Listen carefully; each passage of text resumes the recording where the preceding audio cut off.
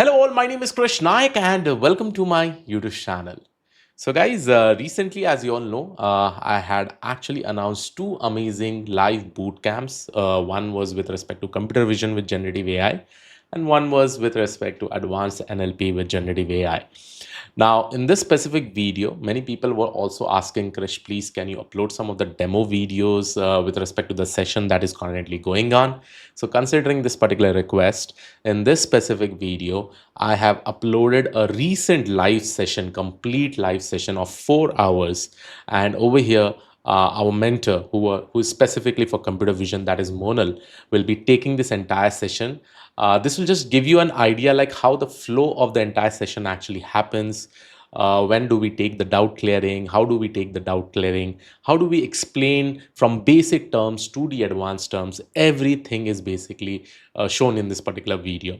In this video, we are going to talk about image processing, which is the super important critical aspects whenever we probably discuss about computer vision, right? So yes, please make sure that you watch this video till the end, see the flow, see the content, how it is probably explained, each and everything over there, and do let me know in the comment section whether did you like it or not.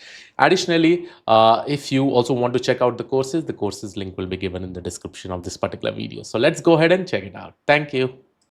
So again, welcome to image processing part 2. In part 1, we have talked about basic things about how to save images, how to load images, what is Spiro library, what is OpenCV library, right? But here in previous class, because they are a beginner also, I want to talk about the software we use and where it fits in the production pipeline or in the pipeline where we are experimenting. Okay, so the first thing I will talk about is the software that we use. Okay, I only want to share.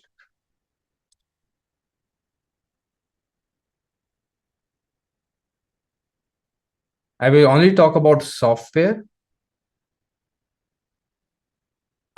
which requires software pipe. How can I say?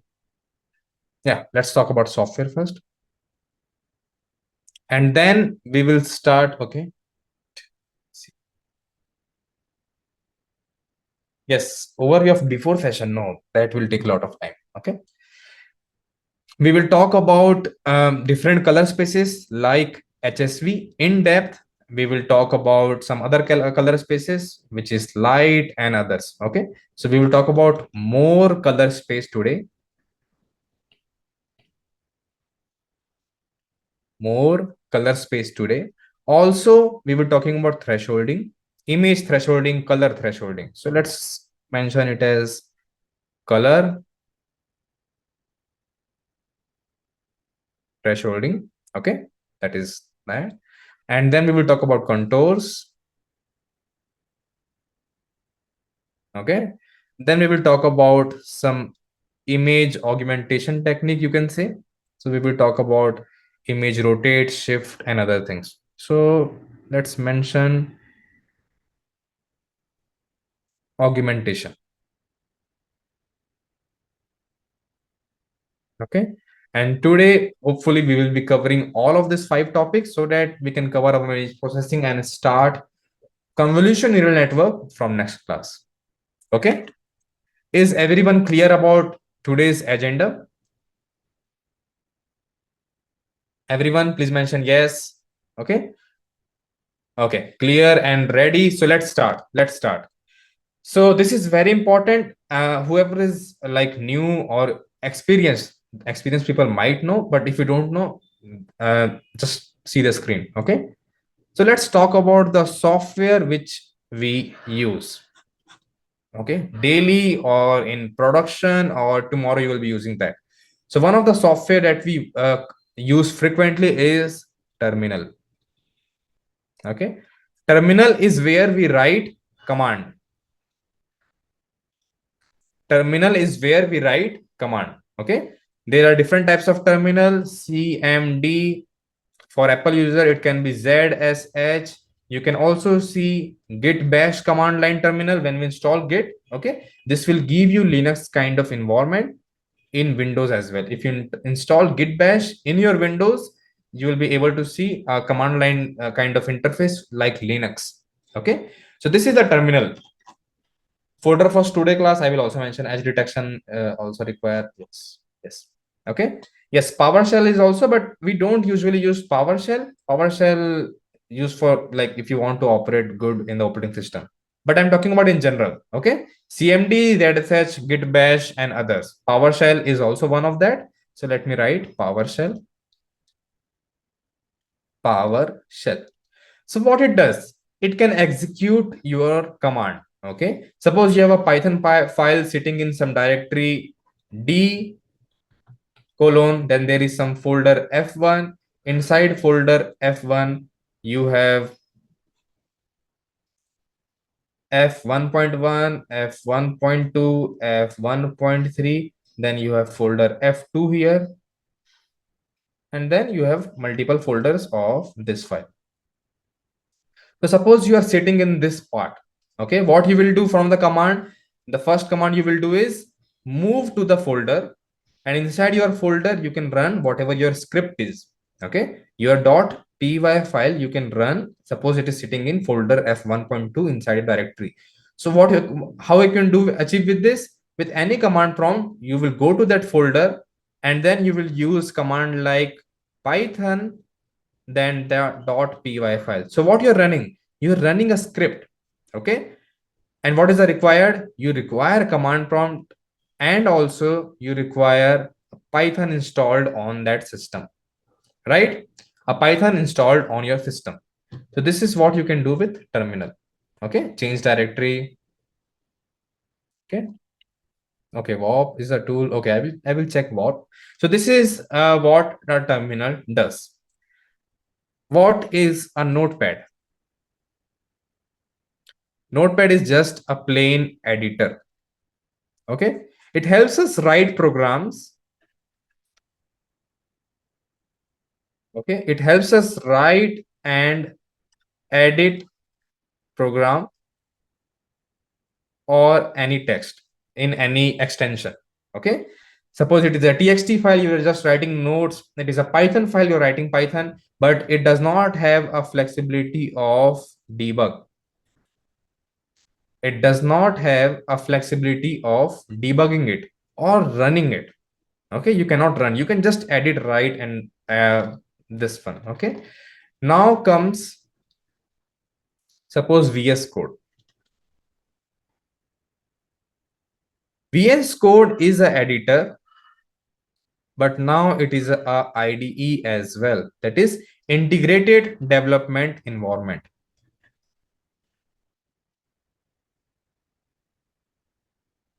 Integrated development environment. Okay, so it means you will be able to write, edit, and then run as well. Okay, write, edit, run, and debug as well. Also, it provides multi-language support because it is an IDE, and VS Code has a very good community. Community means people like us. Suppose there is already a Python extension in the VS Code, and we want to contribute it to be able to include ML directly, to be able to do an NLP directly. Okay, so what we will do, we will write code for VS Code and we'll create our own extension so that other people can use. So based on the community, we'll be able to do all of that. But in the previous class, what we were doing in the VS Code itself, we were creating Python notebooks, that is IPYNB, interactive Python. NB means notebook. Okay, it means a Python notebook which you can interact with. Interact means I'm trying to run, this is my cells, right? In cell 1 I have written import OS. In cell 2 I have written os.getCwd. So can I run, if I run this, will this code will also run? No, it is interactive. I will be able to run cell by cell,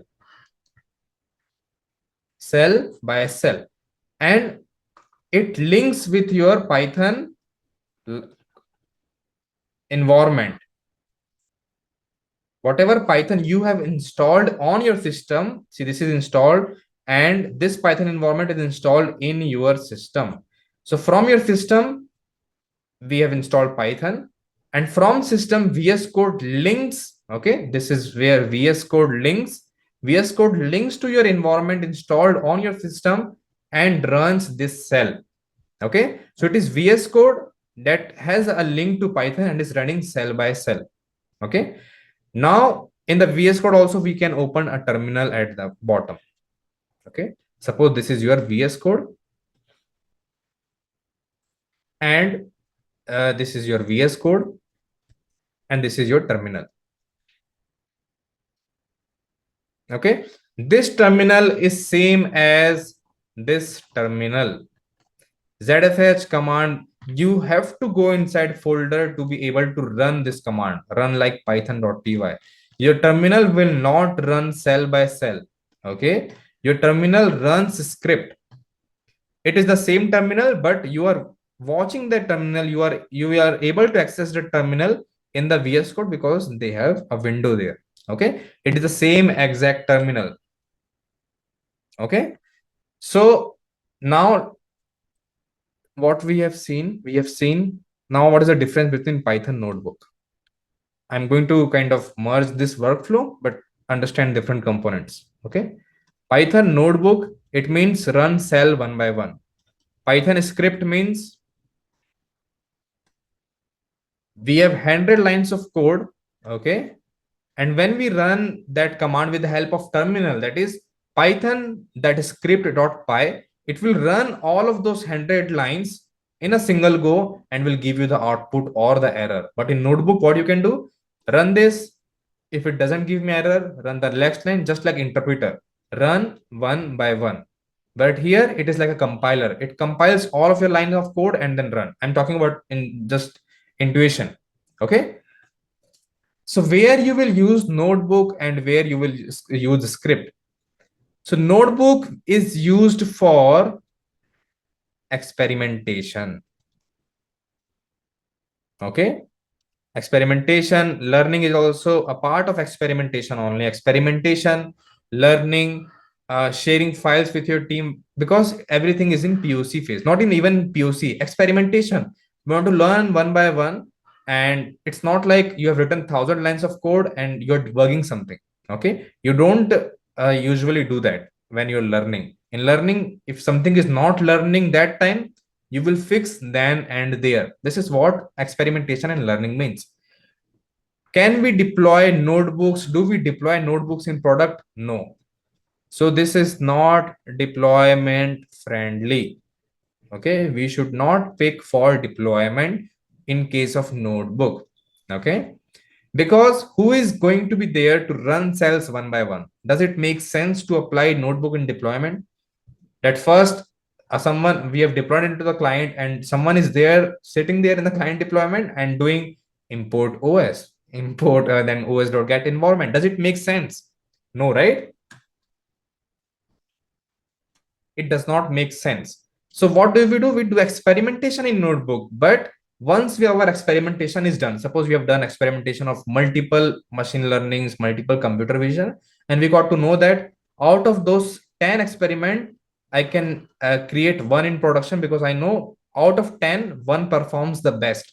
So what I will do, I will take that one, take with the help of notebook, write the final line of code, only code which is required, only code which is required to run my application. Suppose notebook has 1,000 lines of code for 10 experiment. For one experiment, I only require 50 because I don't require all of those print statements. Okay, all of those print statements and other things. What I will do, I will create a new single file from my notebook by learning it, what is required, what are the arguments of Python and other things. I will create a final script.py. Suppose this is my final.py, and I will use my script in the deployment. So at the end, that's why I'm saying that learn Python, use notebook for experimentation, but later do everything in script. Okay. All of the GitHub, if you see YOLO and others, do they have repo in their notebook? Do they have repo in their notebook? Please mention. Have you seen a GitHub repo, a famous GitHub repo where everything is in notebook? No. Okay. People who have not seen a lot of GitHub repos, I will say they will have experimentation where they are doing experimentation and you're trying to learn something in notebook, but you will never see on a script. Okay. So keep that in mind that you are going to run in .py. How can you run this kind of file? Can you run with VS Code? You can run with VS Code, but you are going to use terminal everywhere. Okay. But we will use terminal everywhere because that's how in production work. In production, you will only have, suppose this is cloud. Okay. This is cloud. Yeah. And you're working in company X. You're working in company X. You have joined as CV engineer. Okay. You have joined as CV engineer. What you will say that I need computer, I need a powerful computer.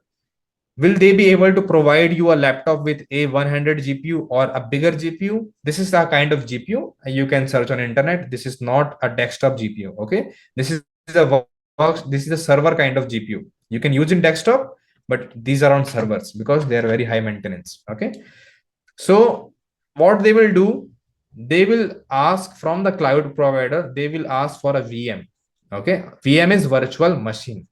In the virtual machine, the main operating system that is installed in almost all the VM is Linux. Okay. So it's not like you have to understand Linux a lot of the time. You just only need to run, how can I say, how to use directory, how to use remove, edit, and other commands. Other things you don't need. You are not a Linux administrator. You are just a computer vision engineer who is just trying to learn how to operate this VM, just how to operate this VM. Okay. So what if you connect to this VM, what the only thing you will be able to see is terminal. That's it.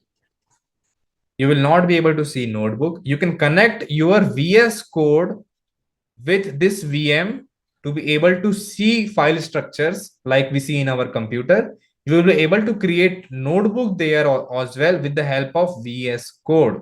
Okay. You can run there with the help of VS code, but the main thing in production you will see is terminal, and terminal means your concrete files, .py, not interactive. The files that which I can run with a command. Okay, yes, in Linux, you only need to run basic commands like copy, paste, change directives. That's it.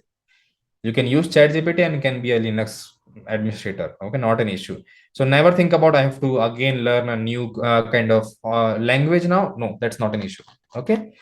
So this is how our workflow looks like. The tools we use, the Python we are using, the Conda we are using, the mini Conda we are using, and other things. Okay. Everyone understand the different components we are working with. So if someone says open VS Code terminal, if you have any issue in terminal, see, right now we are here to help you. But what happens if you move to company? Sometimes what I find is that in the VS Code terminal, my code is not working. But when I'm opening a new terminal, a separate terminal, not in VS Code, that code is working. So there can be issue with the VS Code itself. What can you do? So think of that is the same component. A terminal is a terminal anywhere. Okay. Yes, reinstalling might help, but when you are in a deployment and other things, sometimes you require that software more than like people are saying reinstall. Okay. Reinstall is fine if you have time. Suppose you're in a constant environment where you're working on like 3 projects. Okay. And you're continuously editing software. Okay. If you say that I want to reinstall and debug my application in that day, and suppose you have to submit the work in that day, you will not be able to do it faster. Okay. So don't get stuck by installation. Do it after hours your work or something. But like there is a workaround. Always try to find workaround. Okay. Is everyone clear with this whole workflow or the tools that we use? Please mention yes, everyone. This is very important because a lot of the times we don't know what we are doing. These are just softwares. Okay, what you want to achieve with that, a notebook, experimentation, or running a script is up to us. Okay. Okay, people are saying yes. Okay, so shall we start our open CV now? Okay, this kind of insights I will be giving you, and like about cloud, about VM, and about other things, but not in just a single class. Okay, so this is my folder. Okay, and let me share class 2 materials in chat. You can use others. It's not just VS Code. VS Code is ID of my choice. You can use PyCharm as well, but PyCharm for me is little heavy. Everyone, please see the chat. And this is day 1 and day 2.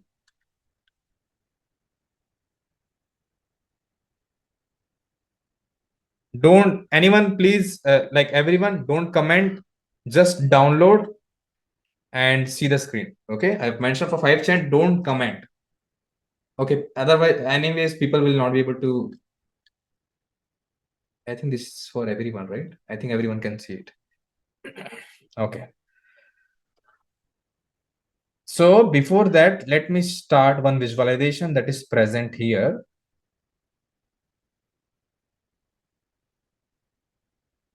Okay, so today's date is 23/11/24. Okay, okay. So see, this is how I can open things in VS Code. If you have installed VS Code, you can right click, show more, and then open with code. If that is not present, right click on your Windows here, click on terminal, and you can also do code dot, and it will open this folder also. Okay, see.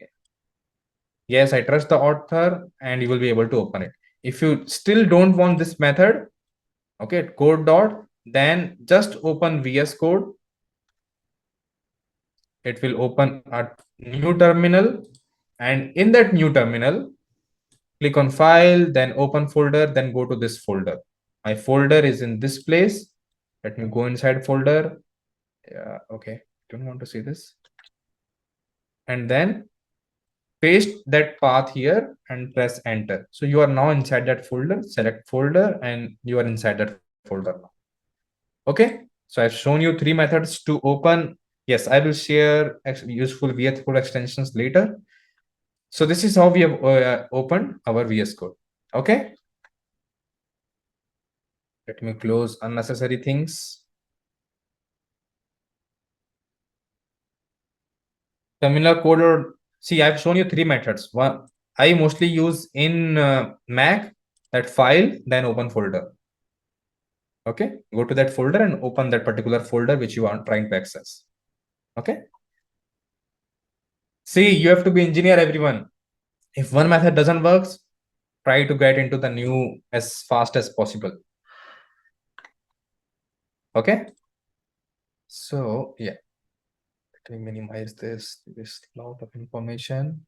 Okay, so first let me start with, I've already given you this code. So this is the first script which I'm trying to run. The name of this script is RGB HSV, just for visualization before starting. Okay, then BGR, then there is one gray scale as well, dot py. So this is the Python file. It means it's a script.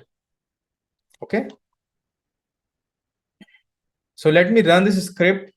If I press control plus tilde, I will be able to open terminal. Okay, then here I have to activate conda env list, will give you all the environments present in your system. As I told you, this is my new PC, so I only have this environment which I set up before.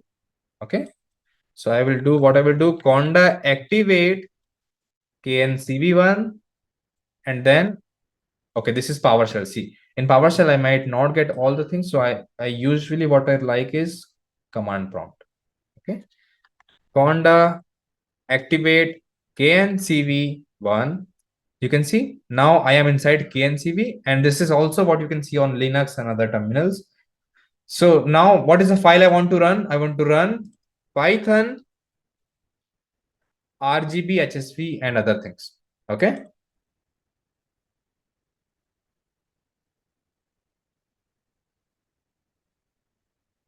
Just wait, everyone, to see one thing. Just give me a second, okay? Okay. That is the main thing I want to do, is that if the class is recording. Yeah. Okay, so if I try to run this Python RGB HSVBS, so we will get an intuition that what that channel looks like. Okay, and you can see it is probably very fast than my previous class because my system was slow. Okay, couldn't read the frame. Oh, couldn't read the frame because Zoom is using that. So let me turn off my video, and hopefully now it will run.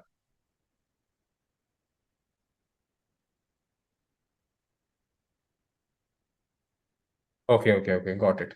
Okay, everyone, are you able to see different tool, right? Yes, I will increase the text size. Okay, so you can see okay, all of my fingers pointing to the same because it is the same image. But on the top left, you can see this is a BGR image. Okay. And people who were saying in the class that BGR and RGB, I think they got their doubt cleared, because right now we are writing into NumPy array. We are not directly using CV, I am sure. If you see the code, we are writing into a NumPy array. So it is already being saved. Okay. No, see, use the same environment. Everyone, if it doesn't run, if I change some Python library, then use it. Else, use your environment. Okay, just create a new or create use your older environment, or have an environment for this class itself. Okay, there should be separation. So you can see on the top left there is like blue color. All of my face has been replaced with blue, and just below that image, that is a RGB. Okay, whatever was kind of brown color is now been replaced on the BGR, has been replaced by a little bit of blue, a dull blue. Okay, it is not bright. You can see my shirt is kind of maroon, but on the BGR it is kind of purple. Okay, because the channels has been shifted.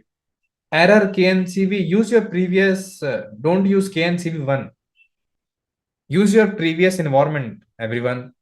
See, I thought people has practiced. Okay, so please try to run that.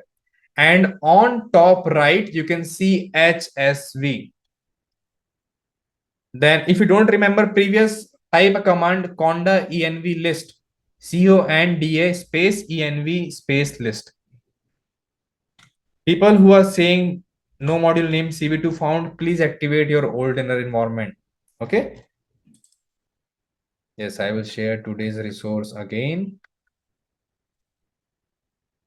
Okay, so let's focus on class. Okay, don't always focus on implementation, otherwise you will skip what I'm teaching. Everyone, please try to focus on the screen.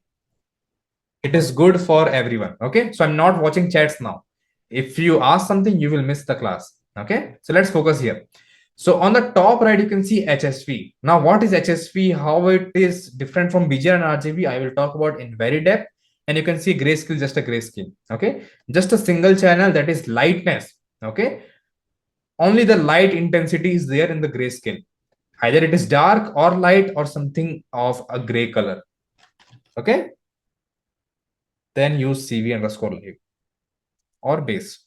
Try which works for you. So if I press my Q key or any, I usually use Q because it helps me to remember Q for Qt. So it works like that. Okay, so you can see my screen closed. If it is not, fix your environment or do something, because that should not how it works. Okay, I will talk about everything. Okay, so let's not talk about video capture right now, because we are learning few more concepts, but not this right now. Okay, so let's talk about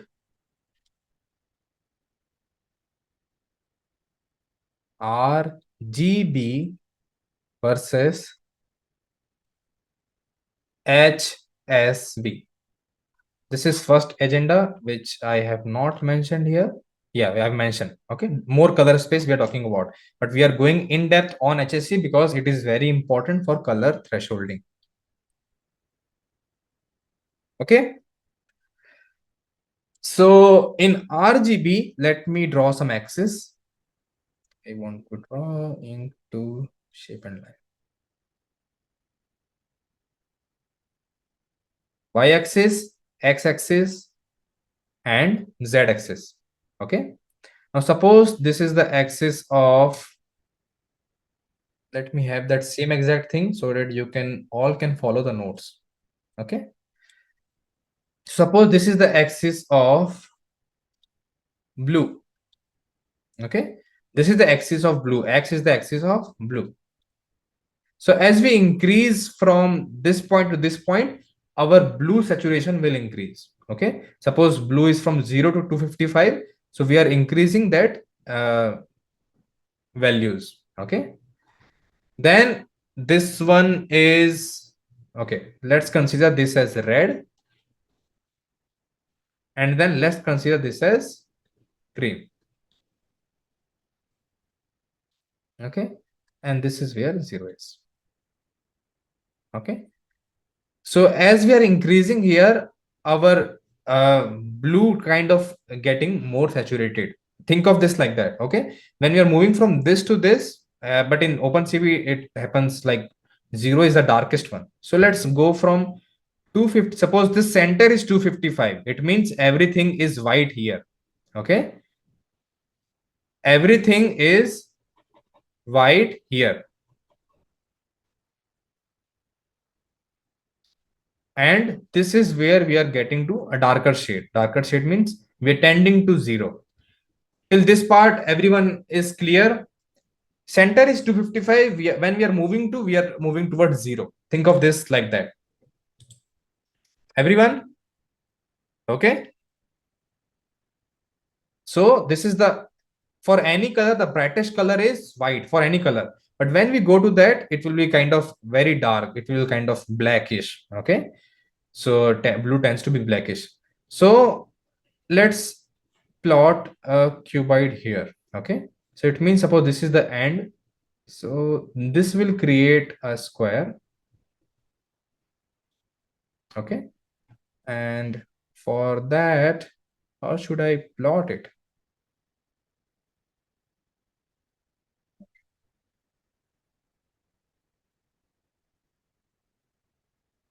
I hope I'm not making a mistake. Okay, this looks like,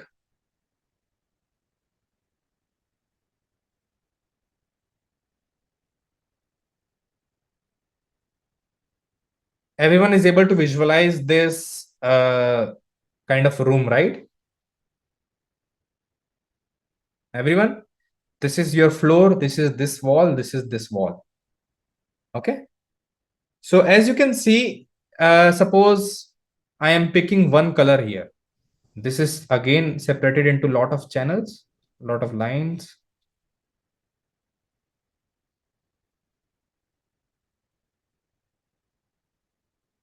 Sure what I did here, but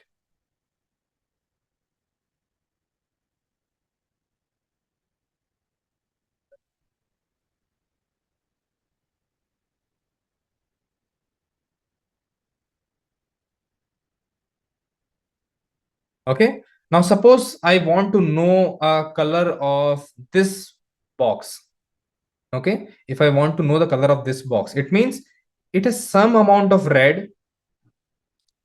Also, it has some amount of green, right? It is also in the green. And you can say that blue is not here because I'm in the first part. Okay. Blue is not here. So you can see blue can be, or this is will be the brightest of blue. Okay. It means a kind of white, some amount of green, and some amount of red. Okay. But again, if I make a new line here, okay, just watch this.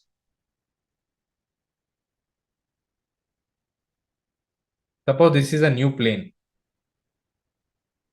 This is parallel to this line.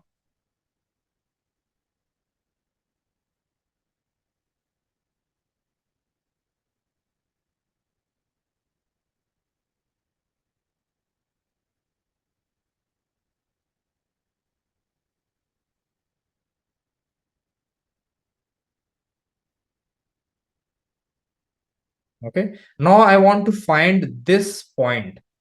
Okay.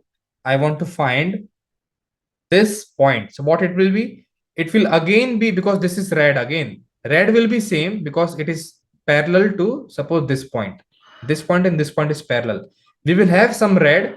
Again, we will have the same green because the height is same. But I don't want the shape.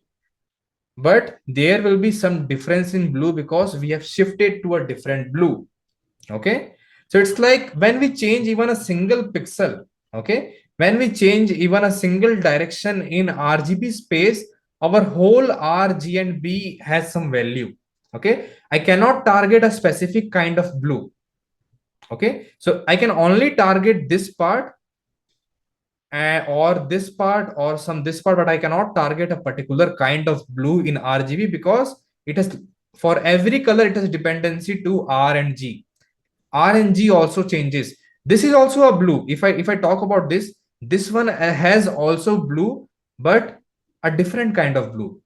Okay, this is also a blue, a different kind of blue, because RGB is additive model. A different kind of red and blue will be, red and green will be added in this pixel. Everyone, are you able to understand this? RGB is an additive model. So if I change even a single pixel, a different R and G will be added to the color and it will get a numeric value. So I can only separate a very limited, if I want to, suppose, in that, in a particular image, okay, in a particular image, if I want to target a particular kind of blue, if I suppose I want to target sky, I have all the beach images. If I want to target sky, that sky is made up of hundreds of different kind of blue, but I will be able to target, suppose, 3 or 4 or 5, but not all, because it is a RGB. A different red will be added, a different green will be added, so I will not be able to target it correctly.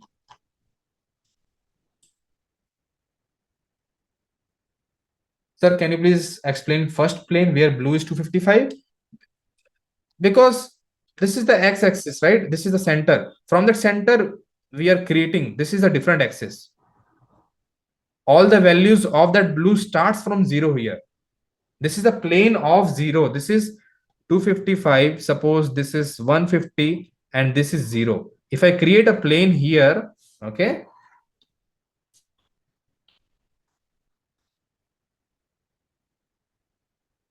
if I create a plane here, it will be 0. This will be 150. Blue will be 255.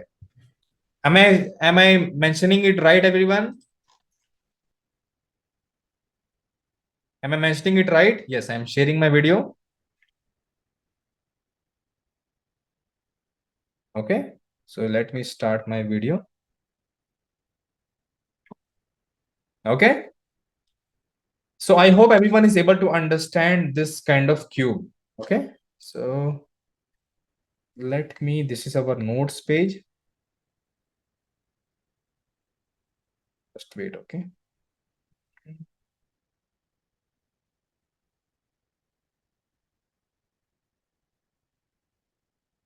so this is the image present in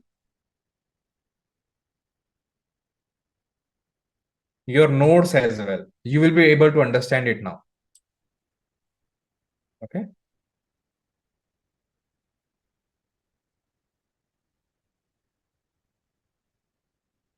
everyone has access to this notes, so they are now able to understand this particular cuboid. Okay, you can see blue is increasing here because that is how their access is. It means you will be getting a very dark blue here, but if you move to that, you will get a different kind of color. Okay, so RGB is an additive model of array. Yes, no, it's not that kind of additive. It's a different thing. You don't add 255 plus 100 plus 0, but a color that is made from different channels is additive. This has different kind of RGB, this has different RGB, This is different RGB, this is different RGB. So R and G and B combined creates a new color. We just don't add it. Okay, this is now not how the channels looks like. Okay.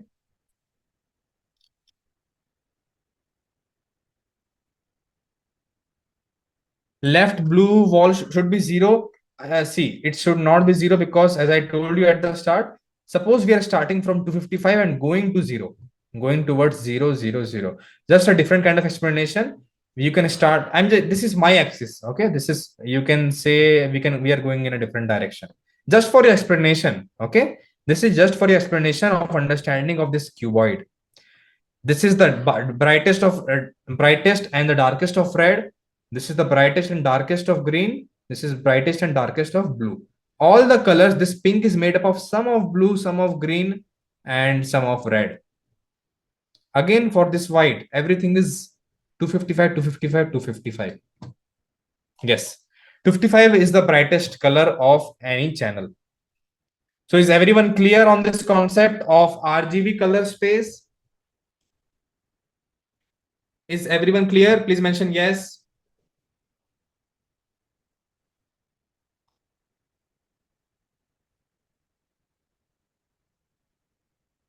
Okay. So our RGB is done. So now let's talk about HSV. Okay. Now let's talk about HSV. In RGB, what was the range? R is 0 to 255. G is, let me turn off this part. G is again 0 to 255, 255. B is 0 to 255, 255. How many number of colors you can get in RGB space? 0 to 255 into 255 into 255. Okay. Yes, 256. But we have, yeah, yes. Sorry, I was wrong. But yeah, people are saying 16.7 millions. Thanks for doing the calculation. It is 16.7 million colors. That is all the possible colors possible in RGB. Understand, everyone? Yes, it is similar to that. So let's talk about HSV. It is a different color space than RGB and BGR. It is totally different. HSV is, H means hue of the color. Okay. S is saturation of the color. V is value of that color. It means the brightness. Okay. The brightness. So let me import another image which will help us understand HSV better. Okay. Then we will talk about conversions. Yes, I want to import image, and then let's import, is HSV not here? Let me check. Okay.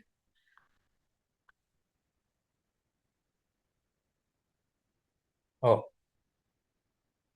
HSV is not here because it is a WebP file. So what I will do, just wait a second, guys. Okay.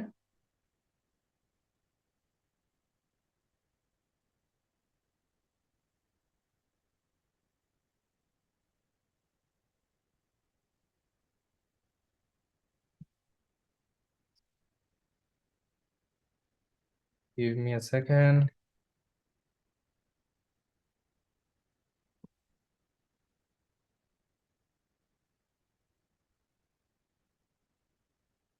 Got it. So now, see, that's why I'm saying that don't always get the, because not all the data in your notebooks will be latest, because we are continuously updating it, okay, in the class also. So I've also included hsv.jpg, which I will be loading in this one to help you understand better. Okay. So now insert image and you can see HSV. See, HSV is kind of a cone kind of structure, but in case of RGB,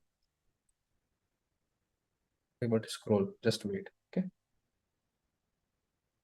Okay. While RGB is kind of a square, HSV is kind of a cone. Okay, think of this as kind of a cone.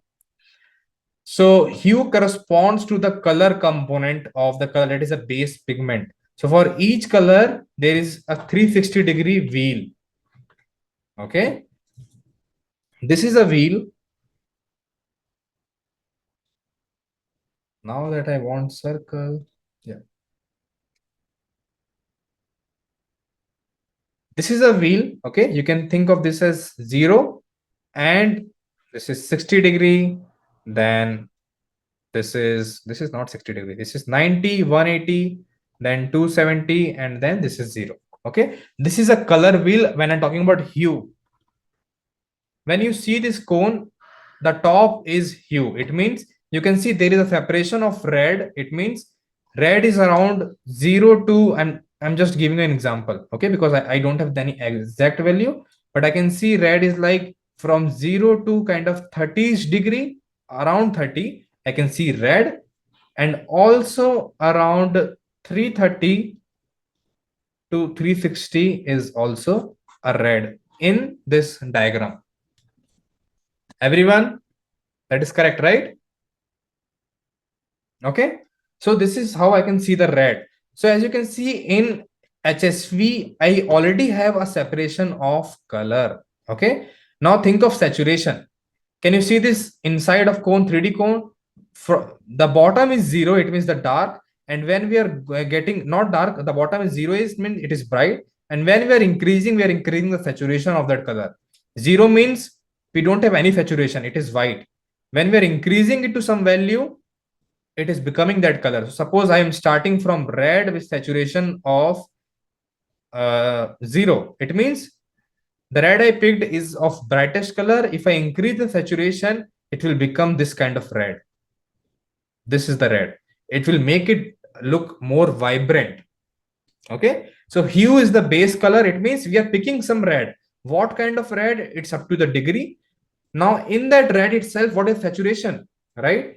That particular red can be little white, can be little dull, because there are different kind of red, right? In that red, how much saturation we want is, you can see this is also a red, this is also a red to us, but kind of pink. But in this red, there is different saturation levels. Everyone, can you see this angle? Can you see this angle? This is saturation. This is wheel. This is hue wheel. This is your saturation. Okay. Now this is your value. 0 means the image is not at all bright. The brightness is 0. If you increase the brightness, as you can see, suppose this is also blue. This is also blue, then turquoise, cyan, whatever color you can say. Okay, this is cyan. This particular block is called kind of cyan color, right? So because we are increasing the brightness, it is also a blue. That is also giving a different value. So suppose in HSV, now I want to separate red color from my image. I want to threshold. I can't see your cursor moving. It is moving. Everyone, can you see my cursor, please? Please mention. No, not moving. But you can see things written, right? Okay, just wait. Let me stop share and then start again. Okay, there can be an issue. Okay, only written. Then it's not a big issue. Okay.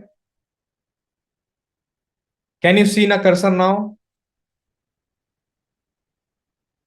Okay, so there was a sharing issue. Okay. Okay. So now tell me in which color space it is easy. I'm not talking about in RGB also you can separate color, but in which color space it is more easy to separate, or suppose I have an image of the beach and I want to separate only the blue color. In which color space it is easy to separate? HSV. Okay, HSV. Understand? Everyone, is everyone clear on HSV? I will talk about. Okay. So HSV is little different. I'm talking about general HSV, then I will talk about OpenCV HSV. Okay. A general HSV. In general, HSV, H is in degree, saturation is in percentage, value is also in percent. Degree means 0 to 360. Percent means, let's start from 1. Okay, let's start from 0%. 200%. V is 0 to 100. People who are asking as 0 is bright or something, think about this. For any color, if saturation is 0, it means there is no saturation. Saturation means suppose I have this block. Okay. Okay, think of saturation as a rangoli. Okay. The baseboard is white. The more color you add, the more saturated it will become. If you add very less color on white, and if you see from very top, you will see little bit of pink color. If you add little bit of more white, more red color on that white canvas, it will give you little bit of dark pink or less red. If you add, or if you fill this with all the red, you will see a very bright red. So that is called saturation. Understand? What is saturation? Don't think about moving inward or outward. You will not always think about this cone. Okay. Yeah. Depth of pigment or how much pigment it is present, saturation. Okay. So that is saturation. Yeah. Kind of purity. Yes. You can say purity. Yeah. Okay. If this is the original red, this is the original blue, this is the original green, a little bit of less red will give me, I don't have a color wheel here. Yeah. Let's see. Okay. So see, this is the main red. If I increase it, what value is 0? 0 means black. I'm increasing the saturation, and if I don't increase, the saturation is kind of dark now. And if I increase, this is value, this is brightness. Okay, I already picked the red, but what is the brightness of it? This is 100 bright. It means I'm getting this kind of. If I decrease the brightness of this red, I will get a little dull kind of box. Okay, and in this wheel itself, this is the red, this is saturation. Can you see? This is kind of white now. Okay, this whole line is kind of white. If I increase little bit of red, can you see the color change? Red. Okay, now there is some red. There is more red, more red, more red, more red, more red, more red, very red. So this is all the red we can get, but also depends on brightness. Also depends on brightness. Everyone, is this clear? Okay, you can experiment it later. Okay, so this is what an HSV is. Okay, color wheel and all those things. So now let's talk about for RGB, not with red. Let's go into the next page, it is better. Now suppose I have a color. I've already included all of those calculations because I was sitting all night and giving you those examples. Okay, now suppose there is a color. Let's pick a color, RGB color.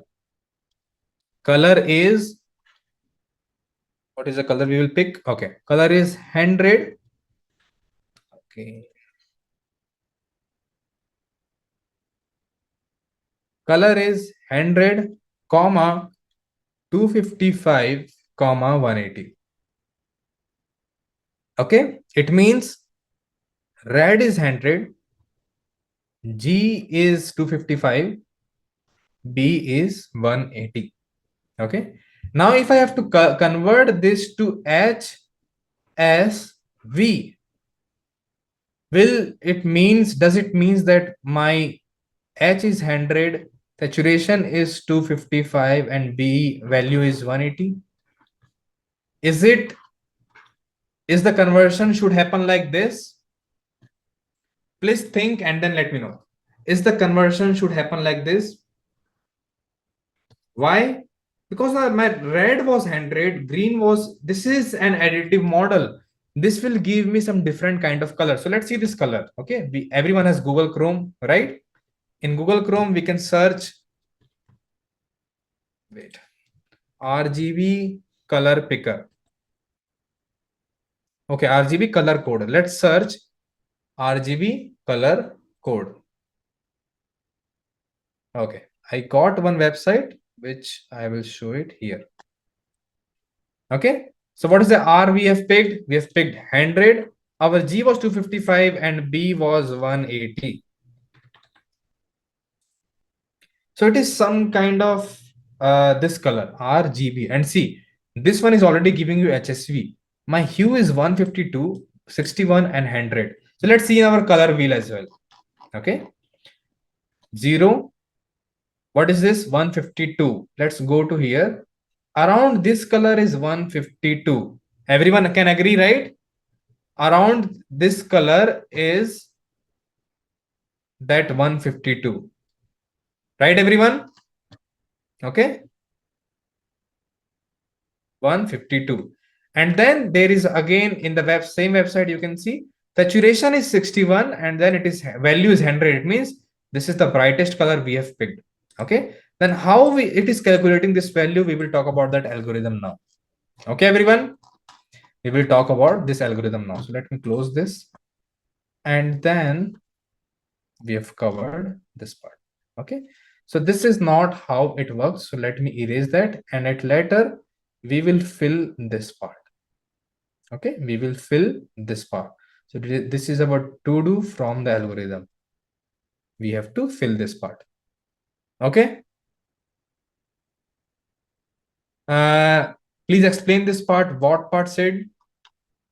Explain this conversion or something else?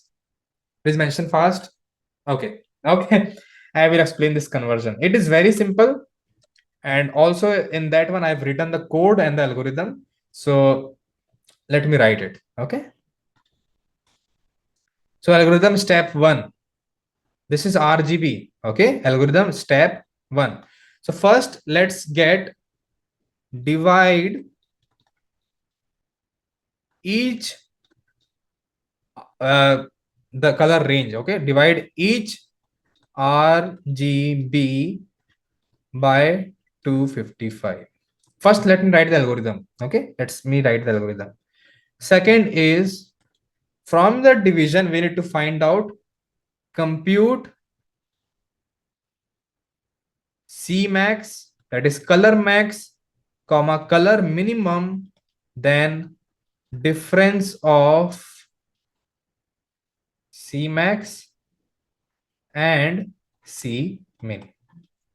This is the second part. In third part, we have to calculate hue. This is how we calculate hue. Okay, so let's calculate hue. So how we calculate hue? If my C max, okay, and C min is equal, okay, if both C max and C min are equal, then hue will be 0. Okay, this is the first example.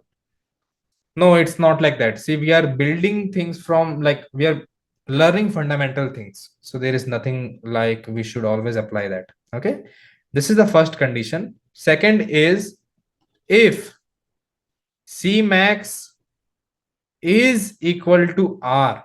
Okay, I will talk about what is R. If C max is R, then what we will do? We will do this computation of, let me scroll a bit. We will do this computation of hue equals to 60 into, that is multiplied, G minus B. Let me write as G minus B by the difference. This is the formula. Later we will talk about what is this formula. Okay, then plus 360, then modulus 360. This is when the Cmax is R. I will talk about what is Cmax is R. Then if Cmax is equal to green, let's me write it fast. Then hue will be 60 multiplied by, then the color will change here, B minus R, then the difference, then plus 120 modulus 360. Okay, this is DIFF. Okay, then the final is if C max is equal to, we have covered G, we have covered R, then it will be B. Okay, then my H will be same thing, 60 multiplied by R minus G, because this is for B, so we will do for R minus G, then divide by difference. Okay, then plus 240, then modulus 360. So this is the formula. I will talk about every components now. So this is not a huge formula. See, once we calculate it, you will see it is very simple. Okay, this is to calculate hue. Now the fourth step, we have calculated hue from this. Fourth step, we will calculate. Then I will give you an example, and then we will solve it very simply. Okay, it will not take long. Then we need to compute saturation. For S, if C max is equal to 0, then saturation will be 0. Whatever the C max is, the value is 0, saturation is 0. If C max is not equal to 0, if C max not equal to 0, then the formula is difference by C max into 100. Okay, guys, just watch this and later we will talk about the formula. Okay, and then see for Cmax, if the Cmax is 0, saturation is 0, else whatever the difference is divided by that particular Cmax into 100 will give you saturation. Okay, then value is simple, value is Cmax into 100. So you can see a lot of dependencies from Cmax and Cmin. Okay, so now let's go to our number. Let's pick the value again, as our main value was 100. This is R. G is 255. B is, what was the B? 180. Okay, we have the, because we have answer for this in the internet as well, in the different value. So everyone, please see here. Don't watch any code. Don't watch anything. Please watch here. Okay. So first, the first step is 100 by 255 is equals to around 0.392. I have computed this before. You can do the same for green. 255 by 255 is equals to 1. Then for B, 180 by 255 will give you 0.706. Okay. So now Cmax here is that, what is the largest color? C is color. Color maximum is, we got the value, color maximum is Cmax is equals to green is equals to 1. Cmin is equals to red is equals to 0.392. Have we calculated Cmax and Cmin now? Everyone? Okay. Second, now see the algorithm for second point. Compute Cmax, Cmin. We have already computed the difference of Cmax and Cmin. So let's calculate the difference. So DIFF equals to Cmax minus Cmin, which will give you 0.608. So this is DIFF. Let's go to step 3. In step 3, we have an algorithm for to calculate hue. So is Cmax and Cmin are equal in our case? No, one is 1 and other is 0.392. Okay, both are not equal. Is our Cmax is red? Please mention yes and no now. Is our Cmax red? No. Is our Cmax green? Our Cmax is green. Can you see? Because 1, when we calculated our green divided by 255, the highest color, the highest number on that is the Cmax, and the value for that is G. Okay. So our this one is green. So what we will do, we will apply this formula. Okay, we will apply this formula. So let's apply this formula. Because it is G, if G, then we will apply that G's formula. G formula is 60. You can do this star. Because it is for green, so here it will have B minus R. This is the formula. Don't ask me why B minus R. We can probably calculate it later. Plus 120, whatever the results is, modulus 360. Okay. So 60 into B minus R will give you around, okay, let me write it. 0.706 is the value of B. 0.392 is the value of R. You can see our B is 392, 0.706, right? What is the difference we got? The difference is 0.608. 608. Then we will close this. Okay. So this one is closed. This one is closed. This is the main bracket. And then this is plus 120. Then we will close this. Okay. Then modulus 360. So first we will solve this part. Okay. First we will solve this part because it is inside the most inner bracket. Okay. So 60 into this part is 0.516. Once this is solved, we have to multiply this with 60 because of board mass, because this one is bigger. Okay. Then this one is not like that. Okay. Oh, what did I do? Yeah, first we need to calculate this part, right? We have to first divide this value by 6. We will divide this by 0.608. Then we will close this. Then plus 120, and whole output of this will then be multiplied by modulus by 360. Okay. Then the output of this part, that is 0.516 by 0.608, is, did I do something wrong here? Yeah. Okay. Sorry. I think there is something wrong here. This value should be 0.314. I think people have mentioned the same in the chat. Yes, yes. Thank you for helping me. Okay, so people are saying 308. Is it 308? I thought it is 314. Yeah, 314. Yeah, okay, this is correct. So 314 divided by 608 will give you 0.516. Okay, so this is the value of this, plus 120 and then modulus 360. Okay,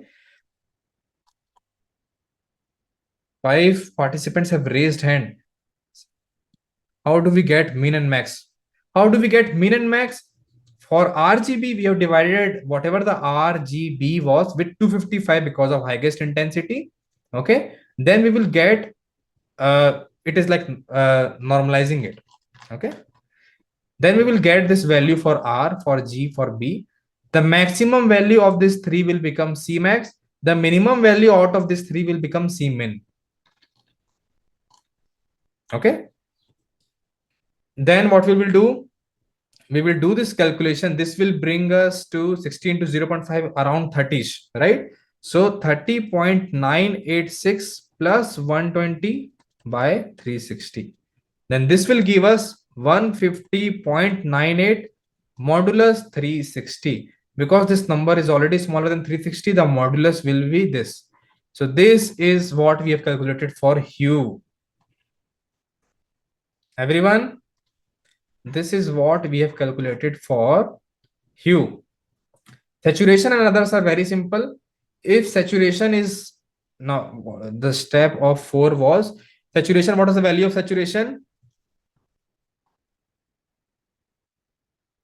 When we compare C min with R or G, whatever the minimum was, we will compare that. Okay, we will pick that. RGB, we will pick that. Okay, C max into 100. What is the C max? See, again, this is the algorithm. If Cmax is equal to 0, then saturation is 0. But if Cmax is not equal to 0, difference divided by Cmax into 100. Okay. Difference divided by Cmax into 100. What is the difference? Difference, I think we have calculated. Our difference was 0.608 by 1 is our this part, and this is 100. So what we will get? We will get 60.8 as our saturation. This is saturation. Final point. Final point is very simple. Fifth. What is fifth? Tmax into 100. I think that is the formula. Let's see the formula. Yes, formula for value is Cmax into 100. This will give you, Cmax was 1 into 100 will give you 100. Okay, so let's see this. This is value. So we got value as 100, saturation as 60.8, and hue as 150.98. Okay, so what was that RGB picker? RGB color code. Sorry, I kind of deleted it. Our R was 100, 255, then 180. Is this the same value we are getting or not? There can be few precision points, like we got hue as 150.98, we got 151, here it is 152. So there is some few precision values here, but it is 151. In another website might be you can be finding 151 as well. Saturation is, our saturation was 60.8. It means if we round it off, it will be 61 and value is 100. Are we able to calculate the HSV for this value or not? Everyone? Did you like it till this part or not? Did you learn something new? See, I know a lot of people are already from computer vision, they might know, but the point of this is to, yes, I will add this part. That's why I'm saying, right? I have to again update the drive. That's why I'm not giving you the link. So this link is not the final thing. Okay. Mazaya, sir, thanks. Thank you. Calculations, you don't have to do calculation. BGR to HSV. Okay. CV2 color underscore BGR to HSV. That's what you have to do. But this is how the understanding by, you might be thinking that this is RGB. Okay, let me run this terminal again. Okay, we have the terminal, right? This code. Okay, my video again. Let me pause it, else it will throw an error. You can see me 4 times. Okay, I will give you an intuition. Just wait. Okay, I think it is loaded. It is already loaded here. So you might be thinking that this bottom left is RGB. How it is going to this top right as a HSV? What calculation is happening? My red is becoming kind of pink. My whole shirt is kind of grayed out now. It is not good for visualization. It is good for thresholding. Okay, it is good for thresholding. Visualizing it will give you a totally different thing. We as a human sees kind of RGB, right? This kind of additive kind of function, but HSV is totally different. Visualizing it is giving you weird things. Okay, you should not directly visualize HSV. What good it will give you? It is not a traditional method which you are used to, like RGB. It is HSV, something different. Okay, I will update today's resource because I am adding few things. I will be adding this resource also, our notes of today's class in that Google Drive. So after class, I will update that. Okay. I will talk about thresholding. I will talk about HSV, that where to use HSV now. Okay, don't worry. So for people, okay, let me press Q. Okay, so here we have completed our this part. So again, see, people who are confused and not getting the intuition of saturation. Okay, see, this is the blue IM. Okay, this is my current blue. What is the color here? What's the color here? Kind of very white. Okay, all the bottom color is white. So it means the color is not at all saturated. Color is not at all saturated. Okay, let me talk about saturation and giving you intuition. When you buy a new cloth, right, When you buy a new cloth, if you wash it for the first time or second time, you will see the color mutes down. Okay, mutes down to some degree. What you bought at the start is not the color. So what you are doing, you are increasing the saturation is decreasing. What is the base color of any cloth? The base color is white. They color it, they add the color, right? So when you mute it down to the original color, you will be reaching to some kind of white or a dull kind of white. That is the saturation decreasing. Understand? So for this particular blue, it is the darkest of that particular saturation. If I go little, like I'm muting down. Okay, so for this yellow, see, okay, for this yellow and for highest saturation, highest value. First, focus on saturation. This is the brightest saturation of this yellow. I'm muting it down. I'm washing my cloth, washing my cloth, washing my cloth, washing my cloth, washing my cloth. Now it is all becoming white. Okay, it is all becoming white. Is my voice a bit low? Said others. No, my voice is not low. Okay.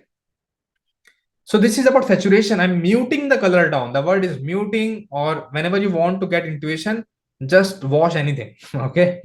If you go to some like for doing some painting in your home and they want, you can at least say that this is the color, I want to mute it down. What they will do, to mute any color down, they will add less color of it. They will add less color of it. So that is saturation.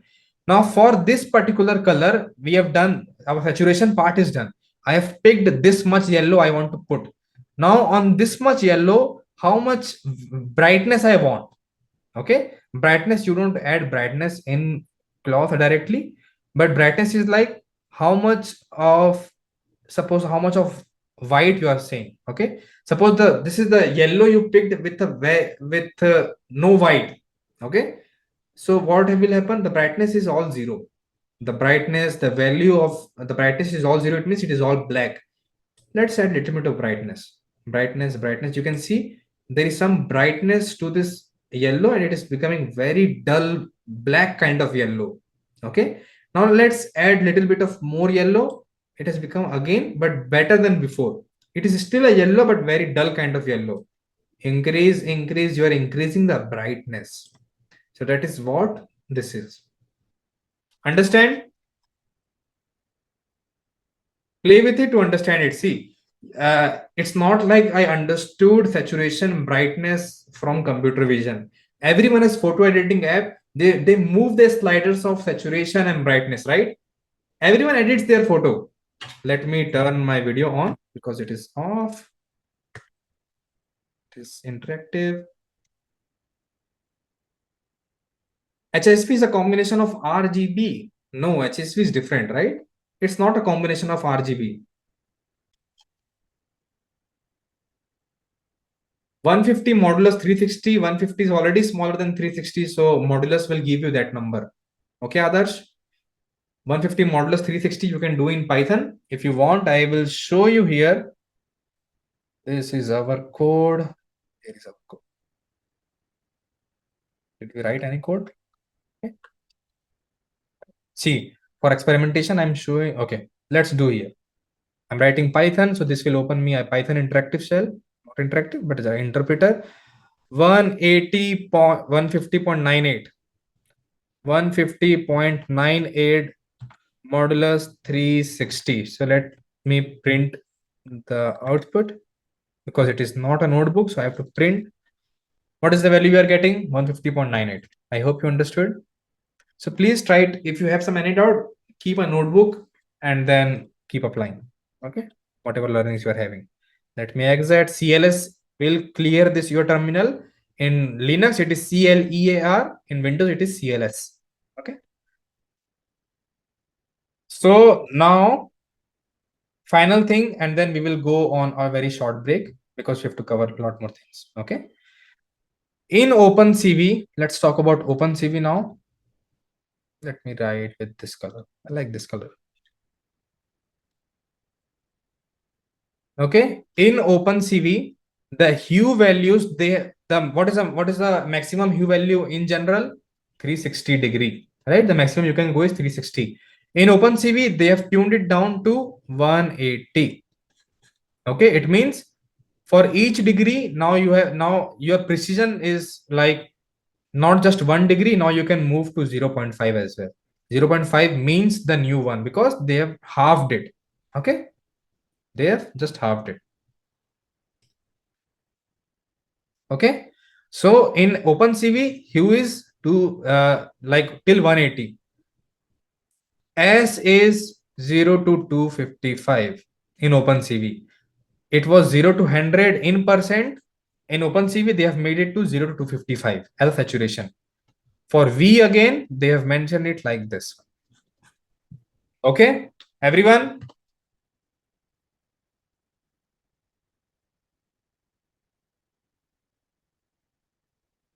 Are we clear, everyone?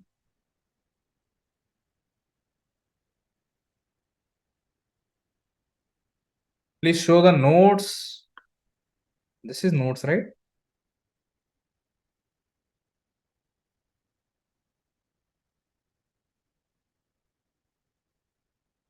As I told you, OpenCV 0 to 255 cannot be a percentage. The original was the percentage, original was the degree, but they have muted it, like they have decreased it to 180. Okay. Then they, for saturation, it was in percentage, they made it 0 to 255 because a lot of the things in RGB we mentioned in 0 to 255. So it is better to understand like this one. Okay. And value is 255. But again, it is the same thing. 0 to 100, 0 to 255 they have mentioned, but it was in percentage. But now it's a value. If we say in pixels, what do you mean by saturation in pixels? Right? It's just a value that intensity. When I show you this one, suppose now this is 0, this is 255. This is 0, this is 255. Okay? Don't worry about all these numeric things, just use it. Doesn't that affect visual color if they tweet the values? It will affect, right? Okay, so I hope everyone is clear with HSV. Now after break we will see the how we apply HSV on color thresholding and other things. Okay, once you understand HSV, it is very clear to do all of that. Okay, and it will be the basis of your assignment that is coming tomorrow. Okay, you can you please provide those? Okay, I can provide. But see, till now, just see this. I have not started any coding. Okay. Yes. Yeah. Everyone will get this notes. I'm creating from this is D3 and today's date. So don't worry about it.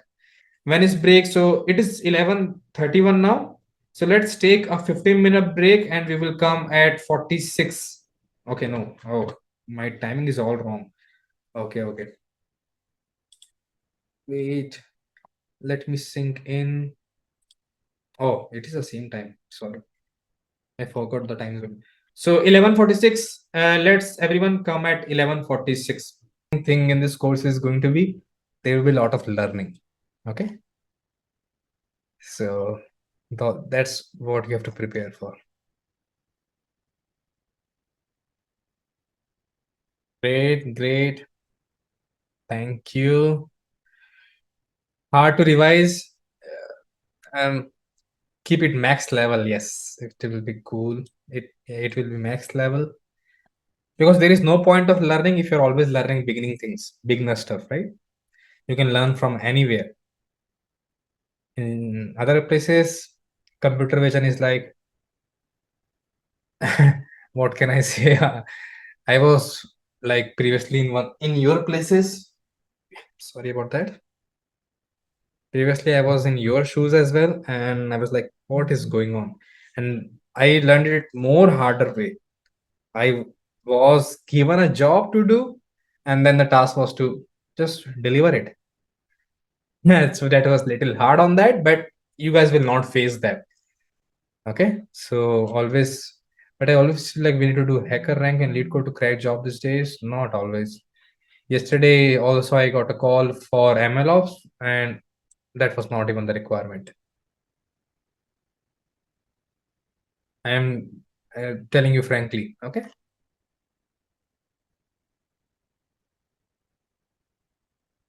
coding and sharing code as well. See, what I'm thinking is that I don't want to extend this. I want to move to other classes, other topics as well. If I write each and every code, it will take a lot of time, right? So, how many of you want to do like line by line coding or just the code and the explanation? I mean, what not today? Code and explanation or explanation and then running the code? Explanation is fine. Fine theory, yes. See, this is for everyone. I will be coding when we have time. It's not like we are in a hackathon and you're watching me run code. This code is written by me only. Okay. And then trust me, I will be teaching it like very in depth. So you don't have to have. Tomorrow you will be, suppose there is a new library coming. I haven't taught you that. What you will be doing? You're doing the same thing, right? So when there is a time we will code, see, a lot of explanation we have already covered. It almost took like 1.5 hours, right? Yeah, we can do line by line coding on that. Yeah, okay, great. So everyone has that access, but see, everyone after class, anyways we are getting that resource. Focus on what I'm doing here, understanding few things, then you can run. Everything is error free. So even if you press run all cells, you will not get any error. Okay. Don't focus on whether you have the resource right now or not. Okay, everyone, can I start? Great. Let me close this. It would be great if you talk through us OpenCV documentation too in the end. Okay, I will. Let me close this. Again, let me paste this for everyone. And in this one, you don't have the resource, but you do have.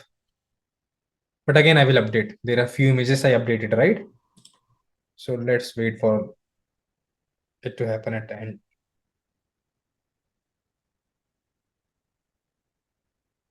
Okay. Another new thing is going to come. So again, alert on that. But so everyone, whoever was interested in notes, can you see this? Everything is present in 002 color models.ipynb. Okay.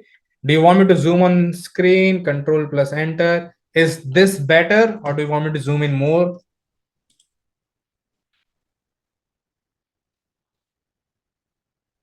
Okay, okay. I will share that in community.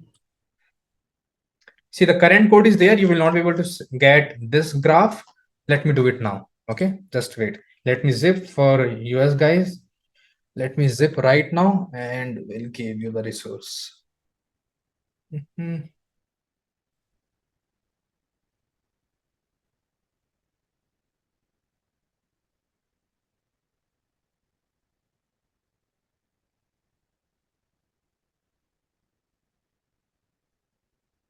Guys, please just wait for a few more seconds.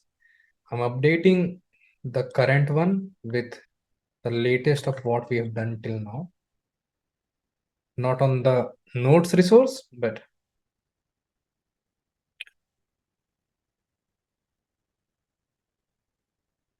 okay, stays better.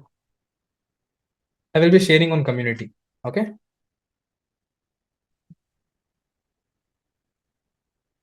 And I really like that people are helping each other on the community, and this is what we want. You are personalized, you can say Stack Overflow.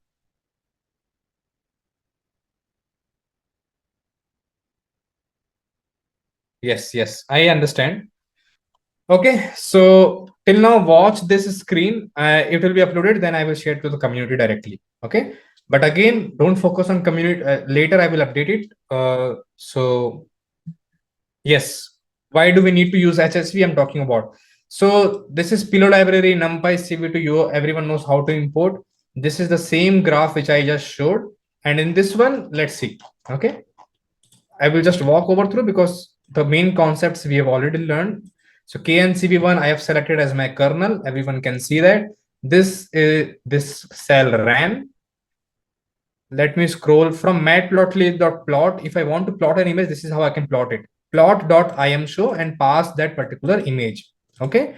But if I want to plot both the images in a single plot, what I will do, this is, let me write, the syntax for this is the first will be an rows, second will be an column,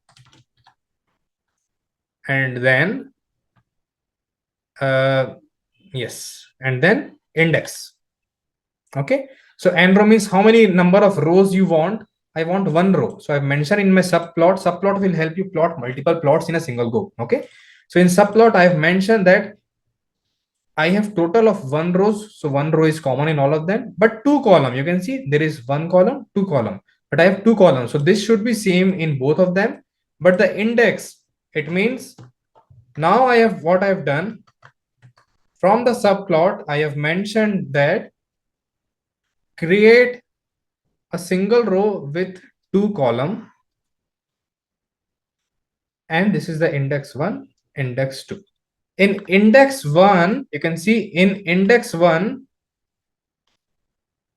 what happened? I think I've deleted something. Yeah. In index 1, show this, and this is the title. In index 2, show this, and this is the title. So subplot, from subplot, you are creating this kind of canvas. And from one, you are putting RGB, and one you are putting. And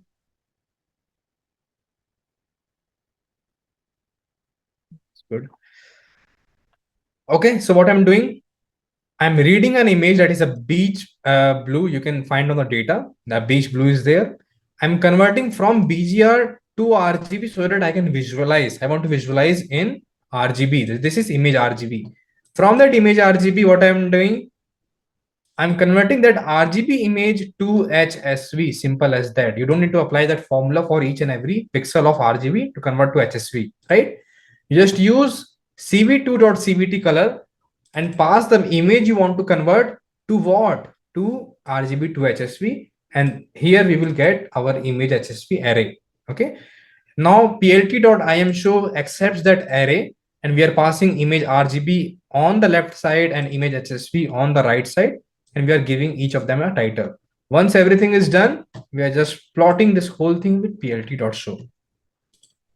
Okay. Image look oversaturated because it is HSV format. It is not how our eyes see. This is how we see with our eyes.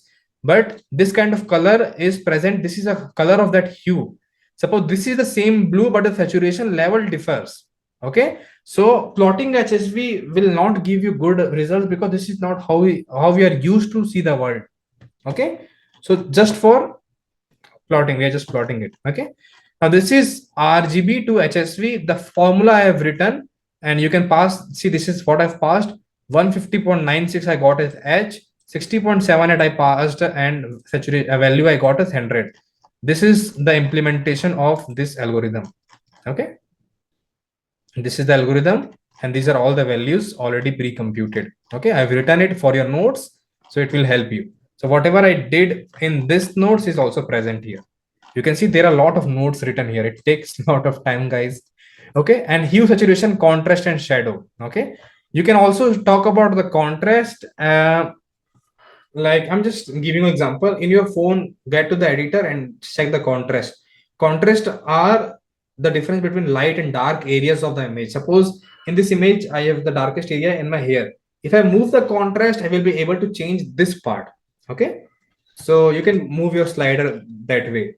So hue is the attribute of color, saturation, intensity, or purity of that color. So contrast is difference between light and dark areas. Shadow is image where details are less visible. Okay. Image where details are less visible. So you will see this kind of thing when you go to, like, when you solve a particular vision problem, you will see that I have a very contrasty image, or my images has lot of shadows. Okay. Lot of different shadows. This is how you talk in computer vision. Okay. Just open your image editor app and move this slider to understand it better. Okay. Just an intuition. So what I'm doing again, I'm reading something, I'm reading that image, and I am plotting a histogram. Okay. In OpenCV, there is a functionality of calculate histogram where I'm passing image HSV. This is where I've converted this BGR to HSV, and this is the first thing is image HSV. Then I pass 0 is hue, first index is saturation, second index is value because it is HSV, right? Then the next thing is this is some variable which we should not care about, that's why it is none. Then you're passing 180, 256 and 256. Why? Can someone mention what is this 180, 256 and 256? Please mention fast.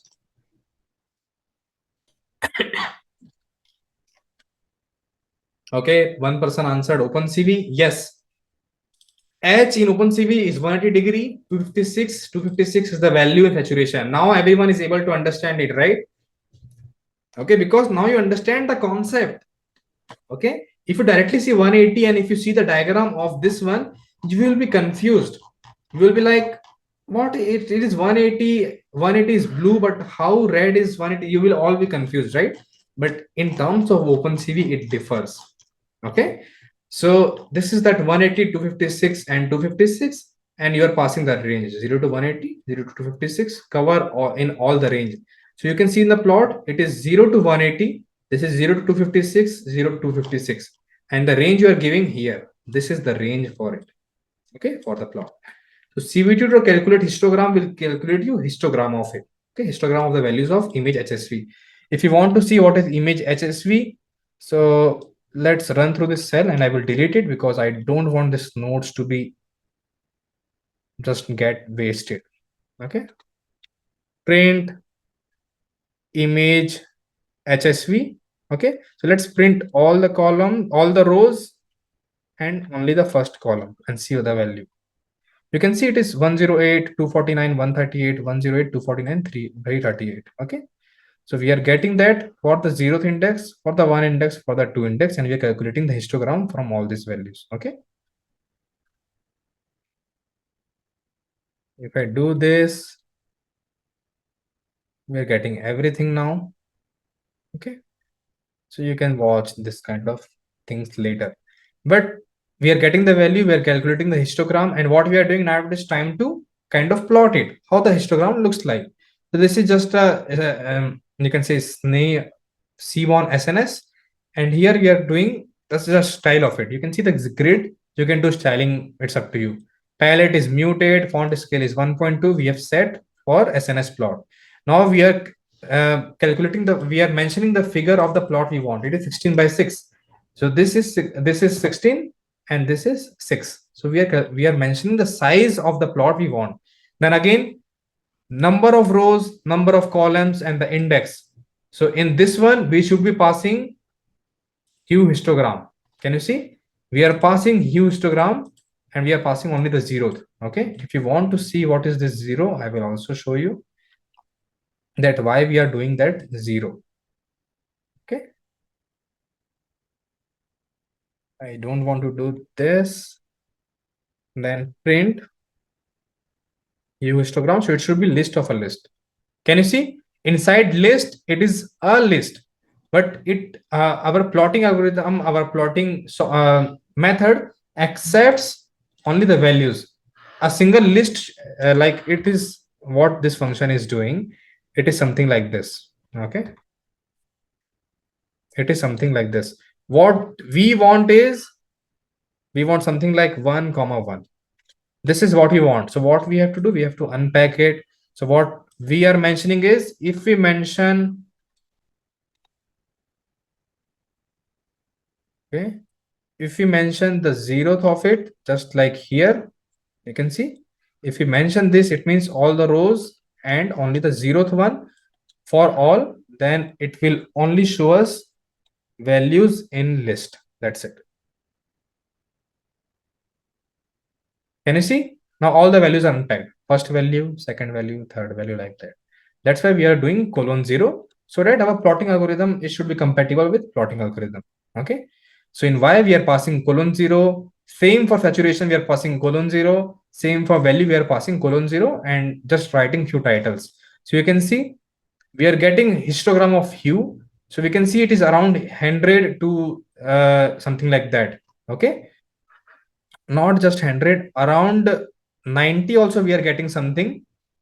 Okay, and we are getting something around 110, and this is a hue. So if we check from that around 190, then it is something around here, right?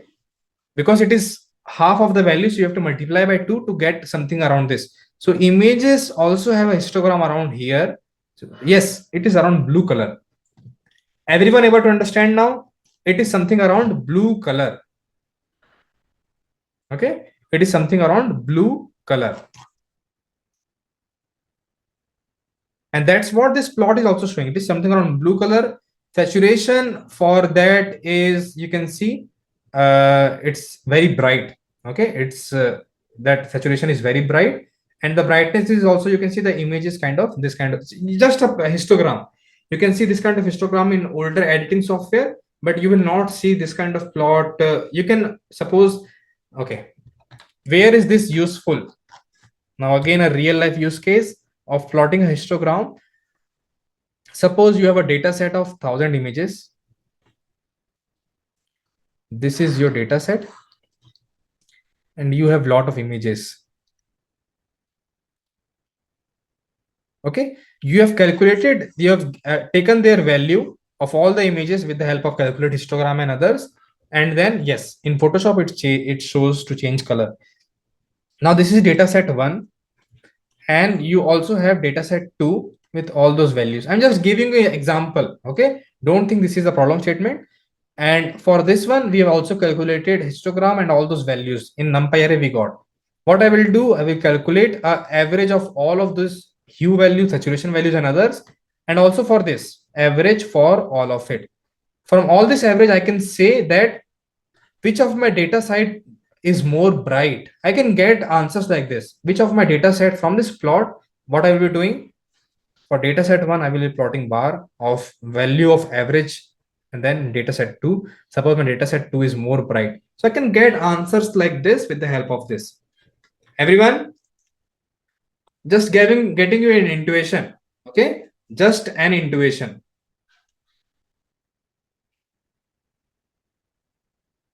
If you have an idea what to do with it, even though you will never, suppose you will never get this problem statement, but you should know what exactly we are doing with it, right?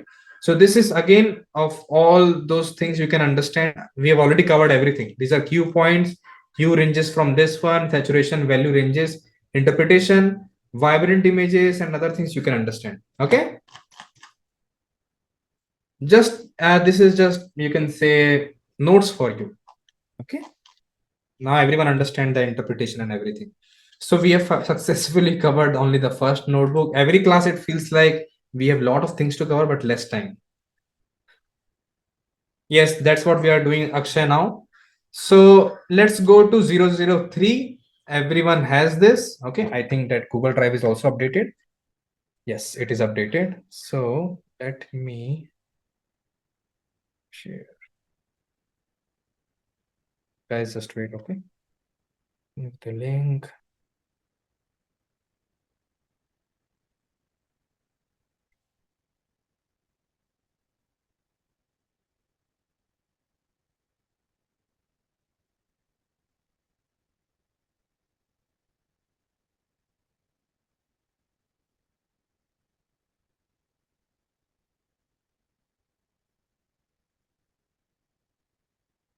Okay, check the community. I'm pasting there, and it will be lost because people will message, but it will be available in the resource section. Okay, with today's notes as well, which I'm writing. So this is not the notes, everyone. If someone asks for notes again, please mention to them in the community later, maybe Monday, Tuesday, they will, whenever they will ask, mention that this is not the link. Check the link in the description of that particular video. Okay, this is everyone's task. Because I'm sharing here, it is also your duty to mention them. This is not the relevant notes. I hope everyone is clear.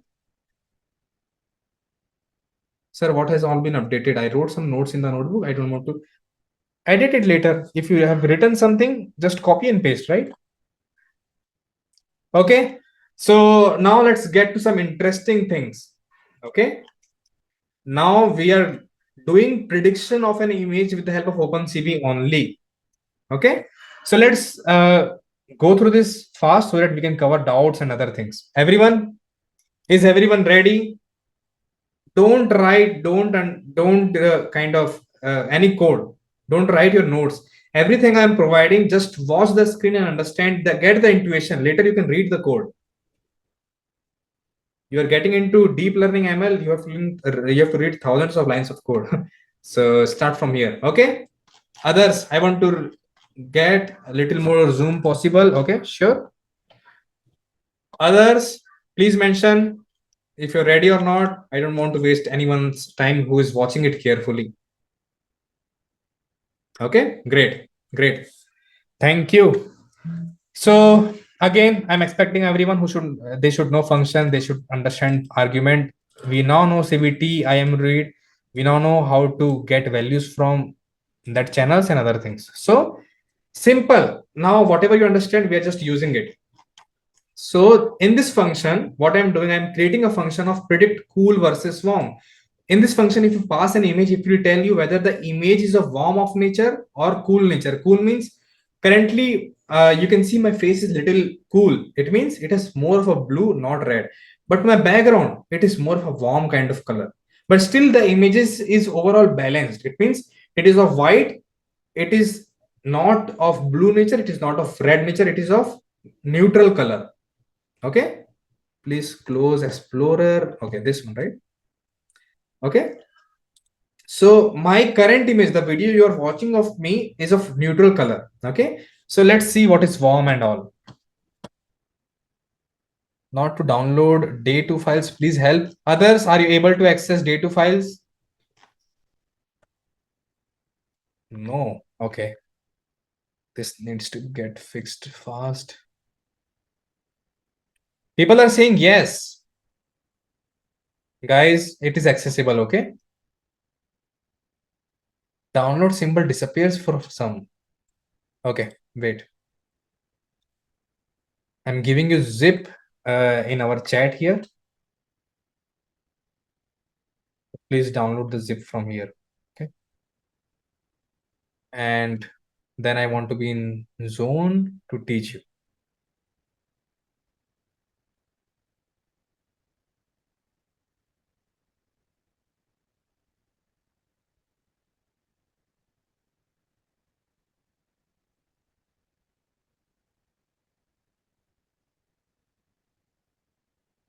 The day2 zip is mentioned in our chat. File is in owner's trash. Yes, I will update. Okay, I've mentioned day2 zip, it is uploading. So please watch carefully. Okay. Yes, recent update, not the previous link. The link I shared in the community, please check. So this function accepts image path. What it does, it reads an image. You can see CVT, it reads an image. That is good. We all know that. From that image, it is because it is a BGR, we are converting to HSV. Okay. We can convert from RGB or HSV to BGR, but the algorithm will remain same. For whatever the base image is, we are converting that to HSV. So now we have a HSV image. Okay. From that HSV image, what we are doing, all the rows, all the columns, and give me only the zeroth channel. Zeroth means hue. Zero is hue, one is saturation, second is value, zero is hue. Give me all the rows, all the columns of my first channel, that is zeroth. So I'm getting hue out of it. Okay. Now what I'm defining, if hue from that graph, from that cone, you can, okay, where is that image? Okay, it is present in here. Okay, you can see 0 to where is the cool, where is the you can see where is warm color. Warm color is in the range of, this is also warm, kind of this range is warm, right? 0 to 60 is warm. Okay, 0 to 60 is kind of a warm, and 90 to 180, it means whatever is 90 to 180, because the range will be C, just mention half of it. Till this color is warm, till this color is little bit of blue dull, kind of giving you bluish vibe. Okay, So that's why I'm making it as cool. You can mention your own cool and warm threshold. So if hue is greater than or equal to 0 and hue is smaller than equal to 60, then we are getting a mask. Okay. What is this hue? Hue is numpy. So we are mentioning a numpy operation of bitwise AND. Okay. And we are mentioning a condition. So this will give me a mask. This is my image. Let me draw one image. I'm drawing with a rubber. So let me divide this image. Everyone, please watch it. Okay. What this operation will do. I have 200, 60, 0, 50, 20, 4. Okay, let's pick 40, 251, then 150, then 10, then 20. If I apply this operation, if I apply this code, hue is greater than 0 and hue is, so it will give me a true and false kind of value of 0 and 1 because it is bitwise AND. Okay, it is an AND operator. So it will give me only 0 and 1. It will give me a mask. What mask? 200. Is 200 greater than or equal to 0 and smaller than or equal to 60? No. So it will be 0. Next is 60. Is 60 greater than or equal to 0? Yes. Is smaller than or equal to 60? Yes. So it will be 1. Just like that, you will do for all of this hue. Hue is only like 1D, right? You will do for all and you will get a of binary mask of one dimension where you have all of the ones. When the image is warm, you have all of the ones. Same thing you will apply for second condition of greater than 90 and 180. So you will get another mask where just like opposite of this, you will get not always opposite, but because based on the threshold, you will get 1, 0, 0, 0, 0, 1. You will get a different mask. So this mask is for warm, this mask is for cool. So now what we will do, we have to calculate the percentage of all the ones with all the pixels available in the hue. Now suppose hue has 500 pixel and total number of one is 400. Hue has 500 pixel and total number of cool is 200. Okay, which one of in hue you can say we have more of 400 is greater than 200, right? We have more warm pixels than the cool. Everyone, are you able to understand this concept? Yes, a binary mask, ones and zeros, right?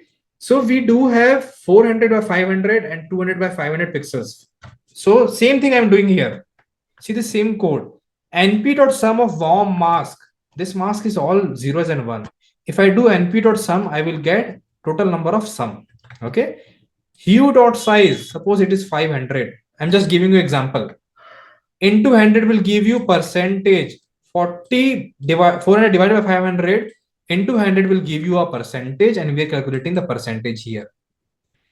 If warm percentage is greater than cool percentage, the image is warm, else the image is cool. So we are calculating the percentage here. You can see, let's pass this image. This is the function, and in this function we are passing just the image path. So if I run it, so before running it, okay, this is the first cell. Before running it, let's select a kernel. You can see the image is cool. Let's open the image. Is the what is this blue beach blue.jpg, right? .jpg, and this is beach blue. Where is beach blue? Yeah. Can everyone agree that this is actually a cool image? What if it is 50-50? It's up to you. If it is 50-50, mention the image is neutral. Understand? If it is 50-50, it means image is neutral. Can you print hue.size? I can print hue.size. You can also print hue.size. Okay. I can print hue.size. Print hue.size. It is 54 not 540,000. Okay. Can you please explain warm percentage again? How many of you are having issue with understanding the this part? Okay, later we can cover with doubt. Okay. Okay, now see, this is warm.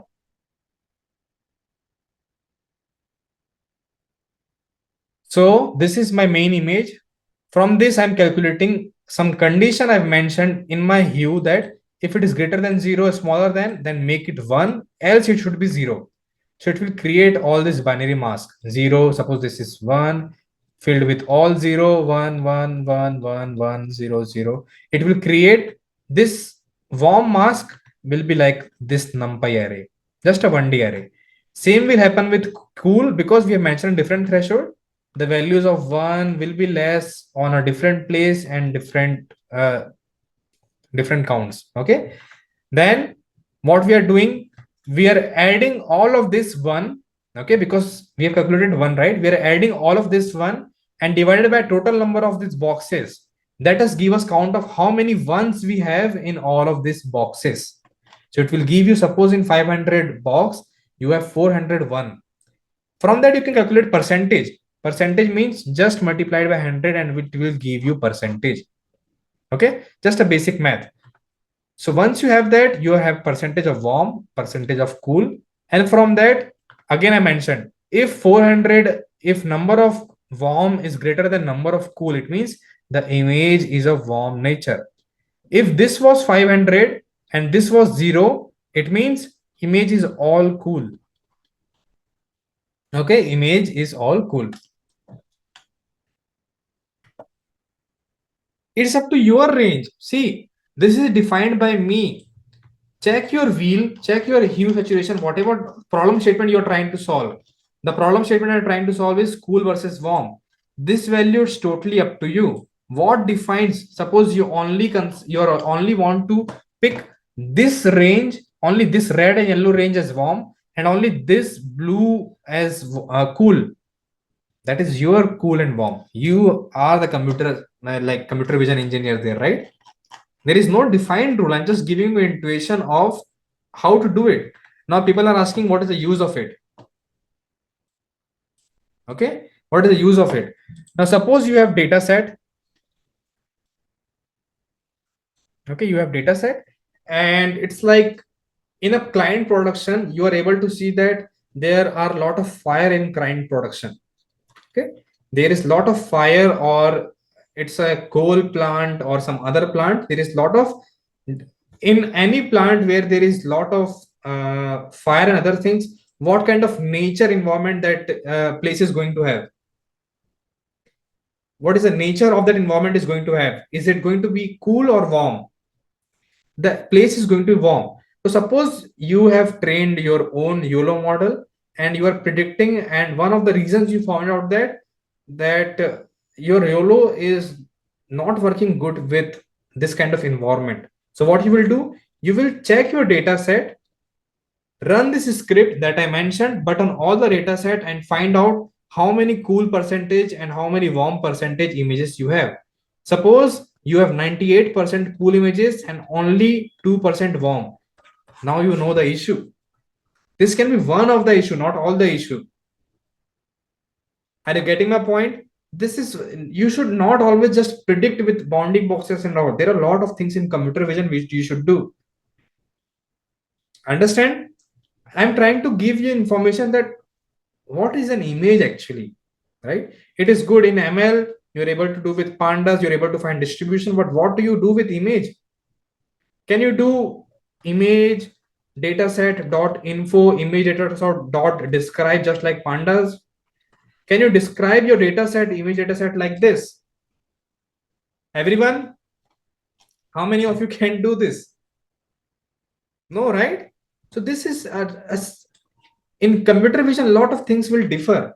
What you can do, if you want to apply something like this, create your own library, okay, and apply this kind of functionality, so that if you do dataset or describe, it should go to all of the images, calculate how many images are warm, dark, and it will give you information like the pandas. You can create it. It's a very good project. Create your own describe.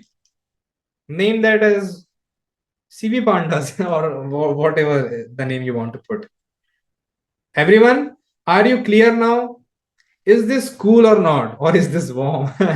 Just a pun here.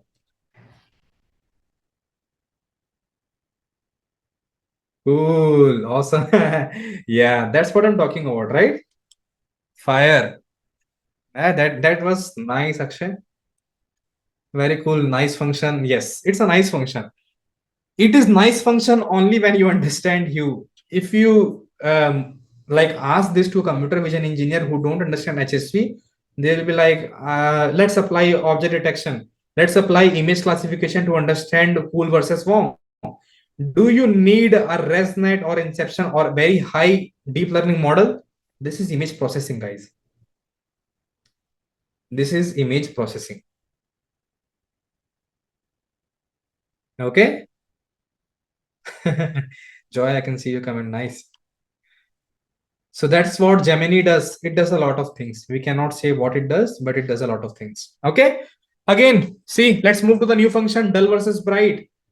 Now tell me, everyone, before moving to that solution, think of how we are going to solve dull versus bright and mention in comments.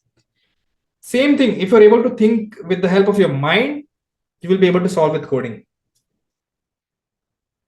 Okay, ask, mention. I'm talking about dull versus white, not pigment. Dull versus white. I can see a lot of good answers, right answers. Okay, see this. I'm taking saturation and value. Saturation threshold, I can use both. I can use single as well. I can use value also. People are mentioning value, people are mentioning saturation. We can also do with saturation, but not always saturation. Suppose the image is of black and white.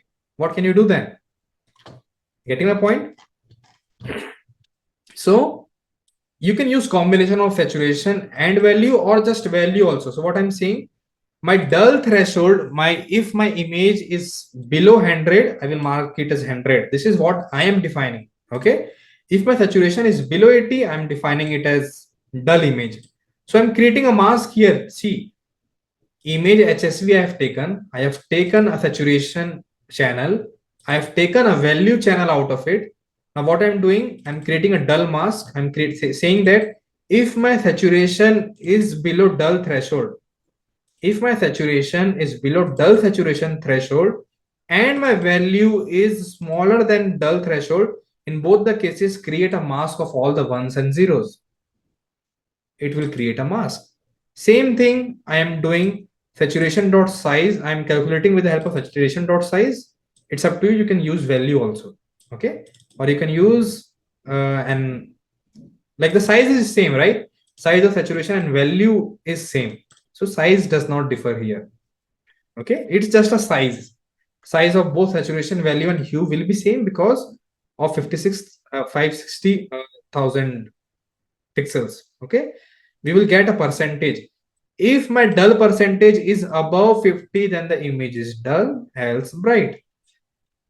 What this image is, do you think this image is dull or bright? Peach blue.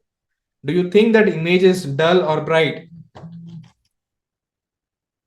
Let's see what image processing says. The dull pixels are only 48 percentage. The image is bright. Okay, even without learning deep learning, you are able to do prediction. This is a prediction, right? What is a prediction? A prediction is not, you cannot say a prediction that the value that is coming from ML model or CV model is a prediction. A prediction is something that we are defining. This is our prediction, bright and dull. This is our prediction.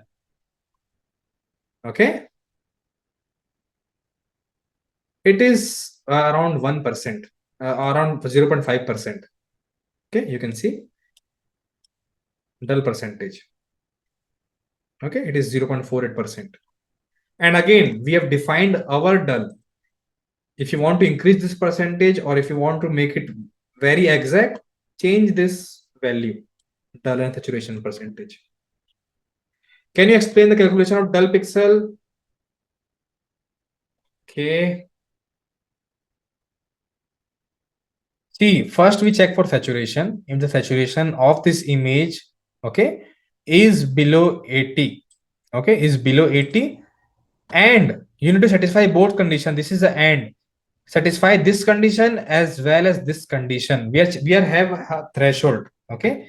We have a threshold of saturation that below this image is little dark on saturation, and also value, in value we have mentioned 100, that below 100 I will say my image is dark for a particular pixel, okay. This is hue, this is value, okay.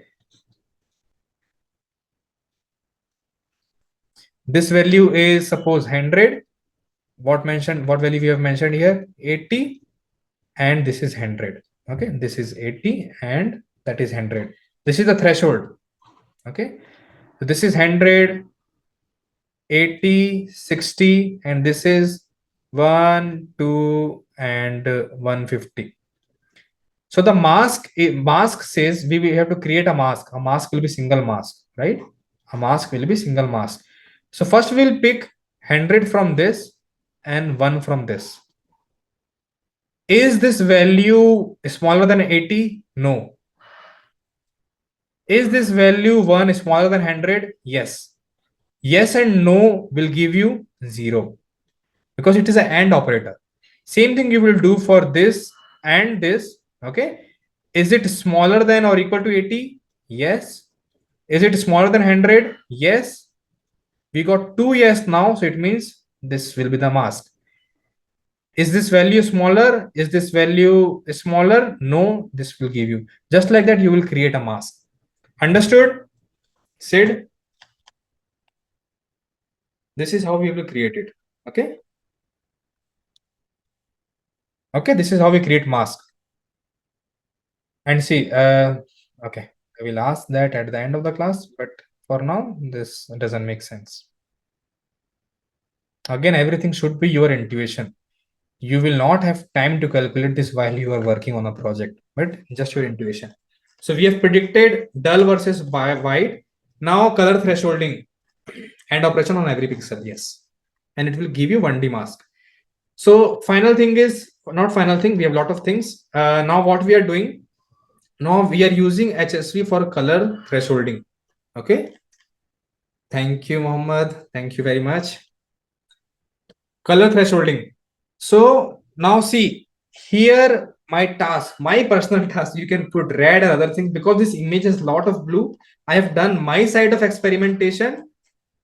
In this image, I have done my side of experimentation and have created this code is that I want to now separate blue. Okay. I want to now separate blue from this image. Okay. So what I'm doing, I have created a lower blue. It means a blue also have some low and high, right? I've created this blue and upper blue, and I've created the color. 80, 0, 50 is my color, and 120 to 55 is this color. Okay. Again, now what I'm doing, I'm reading this image.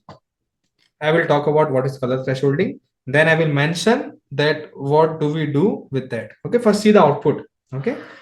I'm reading an image, beach blue, and what I'm doing with this image, I'm calculating the HSV as well as RGB.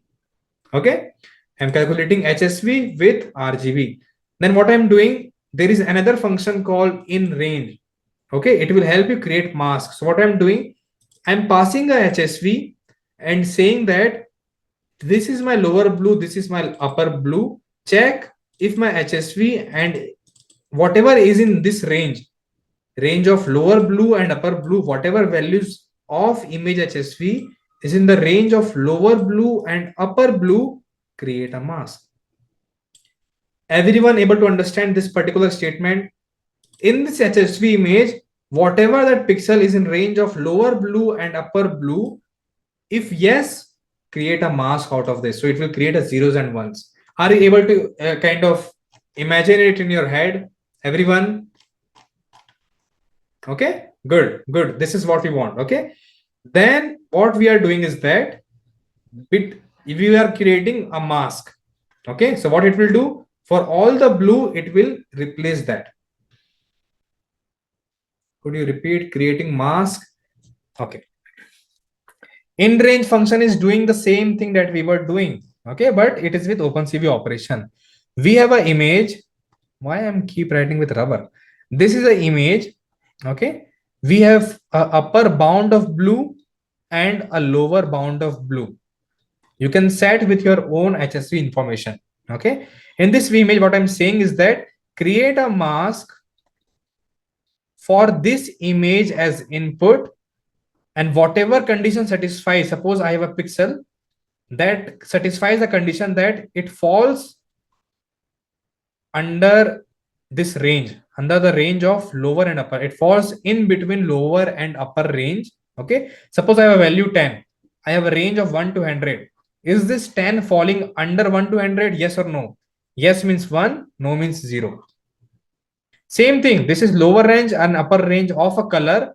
We are passing a color and saying our OpenCV to check if that color falls under that particular range or not. If yes, press not press one. I'm asking like a telecaller. If if yes, then it will be one. Else it will be 0. Okay. I hope it is clear now. Okay. So this function will create that mask. Then this is CV2 bitwise AND. Okay. This function accepts this image. This function accepts AND operation. You need to perform AND operation. Image, a 1D image, and another 1D image, or just image. Okay, just think of this as an image and image. This function accepts these two things, bitwise AND. Mask is optional. When you pass mask in bitwise AND, it will apply that AND operation, that mask on your image. Okay, it will apply that mask on your image.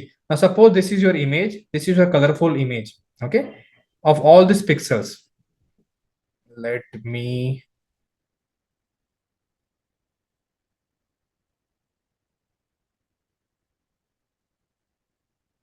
suppose this is your RGB image and you have all this information. Okay, you have all this information. Somehow you have created a mask like this. 1 means only the bright, 0 means black. So I'm only creating bright. Okay, this is white means 1, nothing means it is 0. This is mask, this is image, this is mask. Others are 0, white means 1. If I add these two, or if not add, if I multiply these two, anything that is multiplied with 0 will become black. All of this will become black, and you will only be left with, if you multiply this with this, you will only be left with this side of image. There are two blue here, there are few things here and there, and there is one red. You will get this as output. Image into this mask will give you this kind of output. Okay, you have created a mask. This is what we are doing. If we apply mask, see, bitwise AND accepts what? It accepts two images for which I want to perform an bitwise AND operation. But right now we are passing both as image RGB because we don't want to perform image and we want to perform masking on particular image RGB. Okay, masking on particular image RGB, and we will get a result. Understand everyone? Is this clear? Okay. So mask, when we are passing, this is parameter, it will apply mask on image RGB. We are not using bitwise AND as it is. When applying with mask, it will create, it will multiply that mask and will do bitwise AND operation on that. Okay. Did not understand why 2 RGB? Because we are not doing bitwise AND on two different. See, if we do bitwise, the main functionality of this is first 1 1 1 0. This is second, suppose 0 0 1 1. Okay, bitwise AND means 1 0 0 is 0, 1 0 is 0, 1 1 is 1, 0 1 is 0. This is what a bitwise AND should do. But because we are not doing, we don't want to apply any bitwise AND operation, we are using its mask, because we already have a mask which we want to apply with the image. Because this image expect, because this function expects two parameter here, we are passing both as same. Okay, understand? Okay, so that is res. So we got again a image with this mask bitwise AND. Okay, so let's plot this res and let's plot this image RGB as well. This is image RGB, this is res, and let's see. Okay, this is mask. So everyone, I think this color which I mentioned is not of blue. Let's see, let's see. Okay, yeah, that is of blue. Okay, this is original image. 0 means all the white means 1, all the black means 0, all the black means 0. When we, and see in this one,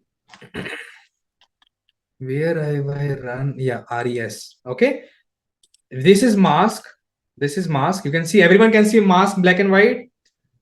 0 is white, black is uh, no, sorry, 1 is white, sorry, I'm saying it, 1 is white, 0 is black. From this image we have created, with the help of thresholding, we have created a mask. It means all the blue I want to subtract, I've removed all the blue. What I will left with? Whatever is not blue. So I'm left with this sand and tree. Now what I did with res, I've applied this and this operation. So all the things which are 1 will be multiplied with the color, will give you color. All the things which are 0, okay, all the things which are 0 multiplied with image will give you black. Everyone, is this concept clear or not? 1 multiplied with image will give you image, 0 multiplied with image will give you black. We are able to subtract the thing which is not blue from the image. We can do the opposite. We can only select the part which is not blue.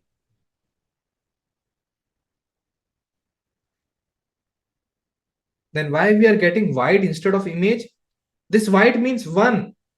This is a mask. See, in second one, I am passing I'm passing mask. This is the mask. This is how we are created with image thresholding. Okay. All the blue regions are filtered because I mentioned it like that. So you said image multiplied by white will give image. Yes, white means 1. Don't think as a color. Okay. White means 1. Okay. Great. Okay. So now this is the operation. Instead of this one, what I'm making is that bitwise not. Okay. You can see this. Same thing, but doing it differently. What I'm doing here is that I'm creating a same zeros like array of same size of image RGB. I'm creating a new image of the same size of image RGB. I'm filling all of the color with an orange color. We have done this before as well, right? I'm filling all the numpy array, all the rows and column with 255, 180 and 0 in different channels. Okay. Then what I'm doing is that I'm creating a mask inverse. Okay. cv2.bitwise not of mask. See, if you want to do the same, let's apply this here. If we do the inverse of our mask, we will only see tree and other things should be black. Right? In res, let's pass mask inv. If you pass mask inverse here, let's see what we will get. Can we see now? We are only able to see sand and this thing now. This is amazing, right?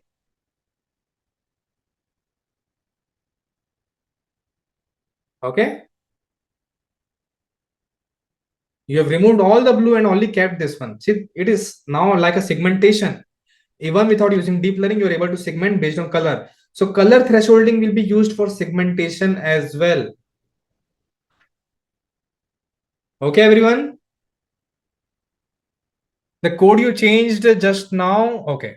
I just changed. Previously, we were applying bitwise. Okay. Now I applied for the same mask. I've applied bitwise not. So whatever was 1 will be 0. Whatever was 0 will be 1 now. Okay. So let me do one thing. See, that's why I'm not making a lot of things in resource. Mask inverse. So this should be mask. And this should be res2. Okay, this should be res2. So let's plot res2 as well here. Inverse of blue filtered result. We need to change total number of columns to 4. This is also 4. This is also 4. See, once you have the code, it is very simple to do things fast. The index should be 4 and it should be res2. So now you will not lose any content. Now you will be able to see everything. Better now?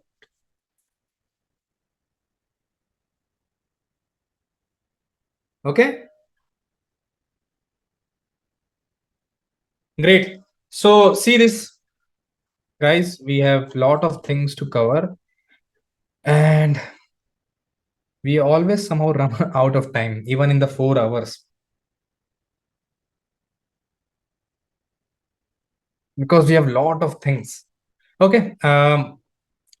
That's not an issue. We should not skip things. We should cover everything. Okay. So what I'm doing here, everyone, I think everyone doubt is cleared. Let me wait for people answers. Then because I think some people are running behind. Is everyone ready?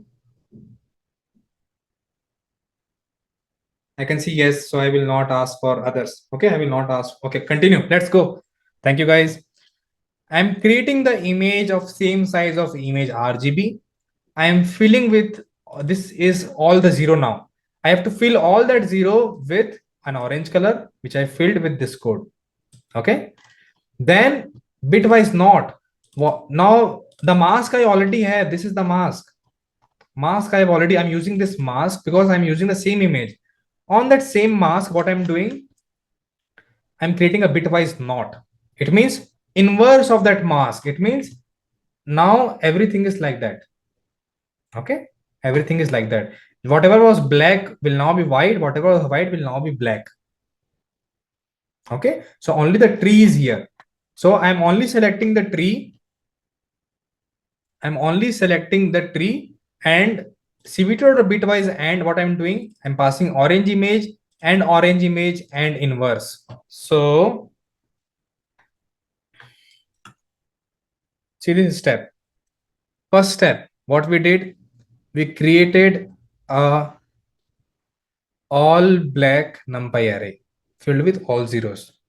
Second is we filled with orange in this canvas. We filled with orange in this canvas, all orange. If you get an intuition, code will be easy to understand. Third is previously this was not this was all black, right? Okay. Should I? Okay. Previously this tree was 0 and other thing was white. Don't laugh at my tree, but this is how I'm creating it. This is sand. Okay. So now what I'm doing the inverse of this tree. So now I will get this in a white.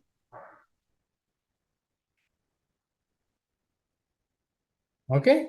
And everything else is black. Okay. Previously this was the case. This was my mask. Now I have created my mask so that this orange is 1 now and other things is 0. What I'm doing next is that, let's see in the code. See, I'm giving you intuition. Yeah, this thickness is very high. Oh, because it's a black pen here. Sorry about that. This is better. So what we are doing is that bitwise AND operator on an image on mask inverse will give me all these things to be orange. Because we have a mask of tree which was black, okay, and we are applying that on orange image. So what we will get, so this is the orange image, we are applying mask inverse, so we will get only the orange part. It means this branch will now be orange. This branch will now be orange. So we have a orange image now. Okay, now what we are doing, res, what was res? This is res, all the white, and this is as 0. If I multiply all the white and only, okay, this is the res. Suppose this is res, this is our orange mask.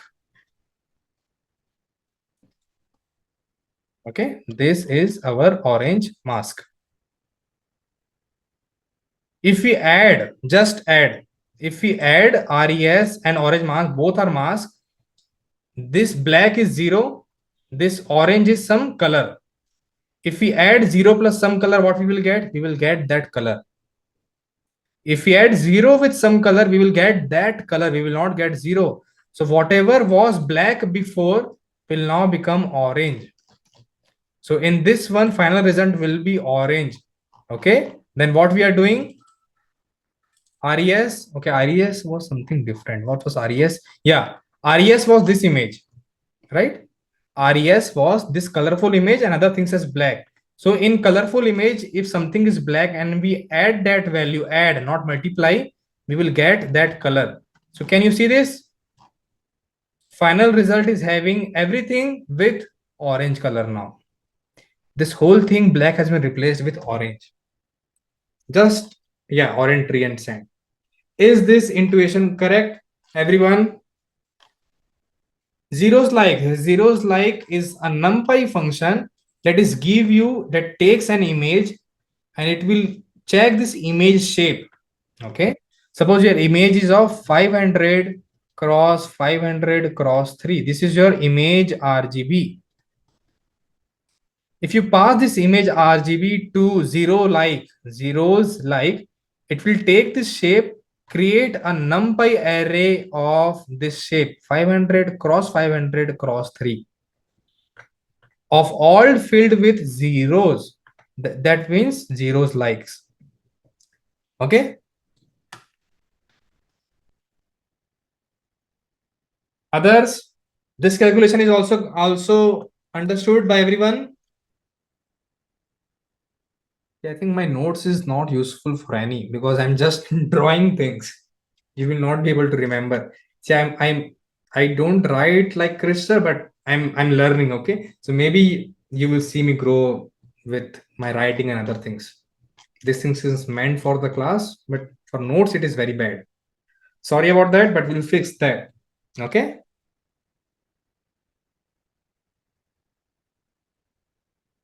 Okay. Can we move to this part?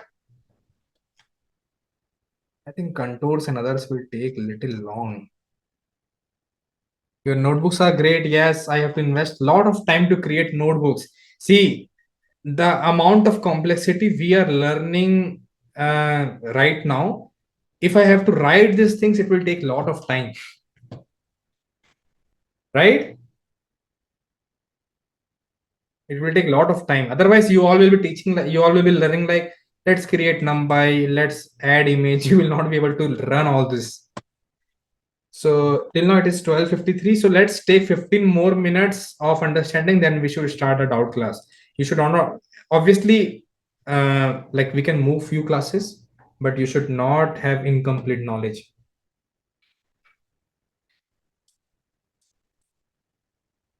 Yes, yes. Okay. So contours. What is contour? Contour. You can say contour. Okay. So contour is a curve that collects all the continuous points along the boundary of an object. Okay. Suppose in my image I have lot of toys. This is my image. An image. Let's me write here. I seriously have to do something about my writing. So this is my image, and in this image I have a lot of toys. I have a plastic toy of triangle, I have rectangle, and I have something like amoeba. Okay, amoeba is not a toy. Your writing is good, thanks Joy. So uh, these are the shapes. Now read the definition. A contour is a curve that connects all the continuous points. So this is, if I talk about contours, this is also a contour. The shape of it is a contour. It connects all the points. We are making it as a triangle. Okay, we are making it as a triangle, but anything is a just a shape. Okay, a three-shaped polygon is a triangle, but it is a polygon. Okay, this is also polygon. This is also polygon, but of size different. So a contour is something that has a close. If I talk about a tree, this is a tree. Do you think this tree is closed? My mouse is not moving again. Okay. Sorry, I think something is wrong. But yeah. Am I sharing the correct screen? Are you guys able to see? Are you guys able to see notebook? Great. So is this tree a closed loop? Is this tree a closed loop, or this is a closed loop? Which one is closed loop? One or two? Which one is closed loop? Yes, two is closed loop. So anything that is a closed loop, a curve that connects all the continuous points along the boundary of an object and have the same color. Now the additional point is and have the same color intensity. Right now the white is of same intent colority. Now if I create a tree,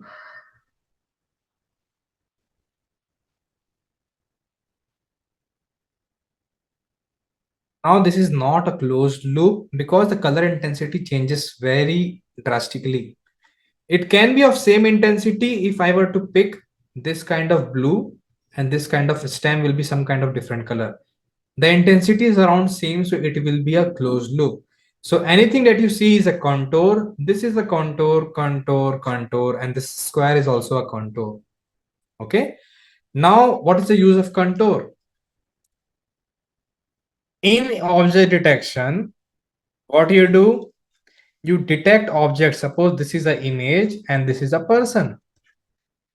You detect a bounding box on the boundary of this person, right? Because this person has some features. Now suppose this is the image, this is a very complex image. A person is a very complex image with not similar color features, right? All of them are different. But in this image, suppose you have a lot of coins. Okay, you have a table. This is your table. Okay, this is your camera.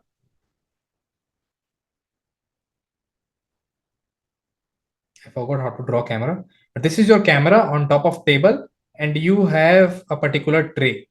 Let me zoom into the tray. This is the tray where there are a lot of objects like coins. There are a lot of coins. There are a lot of notes which you want to see here. Okay. What now the problem statement is you need to count how many coins you have and how many notes you have. Okay, how many notes you have, how many bills you have. Okay, in US we call it bills, notes and others. So this is coins and bills. What you will do if you don't understand image processing, you will apply a object detection algorithm and will annotate this object as circle, circle, or coin. Object is as a note, and then train your YOLO V8 or any other algorithm in order to detect how many coins you have, how many objects you have. Again, this is a deep learning approach. In this one, deep learning is fine because the object is very complex. But in this kind of scenario where the camera angle is good and you are able to see objects clearly, you can apply this contours algorithm, and your contours will be able to count how many circle you have, how many rectangle you have, and also the bounding box.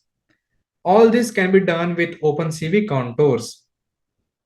Everyone, are we able to understand now? Because it is a closed loop, coins have a similar feature, nodes have a similar feature. But sir, even if it is not closed, we can find the contour region of boundary. Again, based on the features. Okay. If the feature, see right now, we can't say what algorithm exactly looking. Okay. I will show you. So let me move forward and then I will cover this doubt.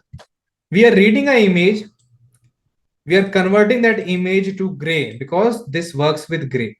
Okay. And BGR to RGB also. So what we are doing, we have taken one image, we have converted it to gray as well as RGB. Image was originally BGR. Okay. We have applied a threshold of 120, 180. I've mentioned the threshold of a color. Okay. But on the gray. So I want to particular target of this range of gray. And I'm creating this threshold. Okay. I'm creating this threshold. Now on this threshold, whatever the threshold binary mask that I got, whatever the mask that I got, in that mask, I'm asking my OpenCV find contours to look for contours with there is some algorithm RETR tree and chain approx simple. This is the part of find contours and other algorithms inside it. Okay, these are very complex things, but you only need to pass the mask of it. Mask in your range. Once you pass mask, you are getting contours. Okay, so what you are doing, let me tell you how many contours we found here. Okay, print length of contours. How many contours we got? 2589. There is lot of contours. So what I'm doing now, I'm creating a mask to fill the contours. So I'm creating a numpy image of shape 3D. Okay, underscore. Underscore is a variable name. Okay, this is again a software engineering part. Whoever is thinking of underscore, they might not seen it because this is kind of can I say a real-time project environment. Okay, so suppose I have a tuple of 100, 250, and 60. Okay, and this is RGB. For some reason, your requirement is to only gather R and B. What you can do if you want to extract this value into variable, what you will do, you will write A, B, C. In A, you will get 100. In B, you will get 250. In C, you will get 60. But now it's like, okay, I'm doing it and I'm doing like this program has been read by a lot of people and they might get confused that I'm using all of it. So why not A underscore C? So it will get into underscore, but underscore will denote something that you will probably not use it later.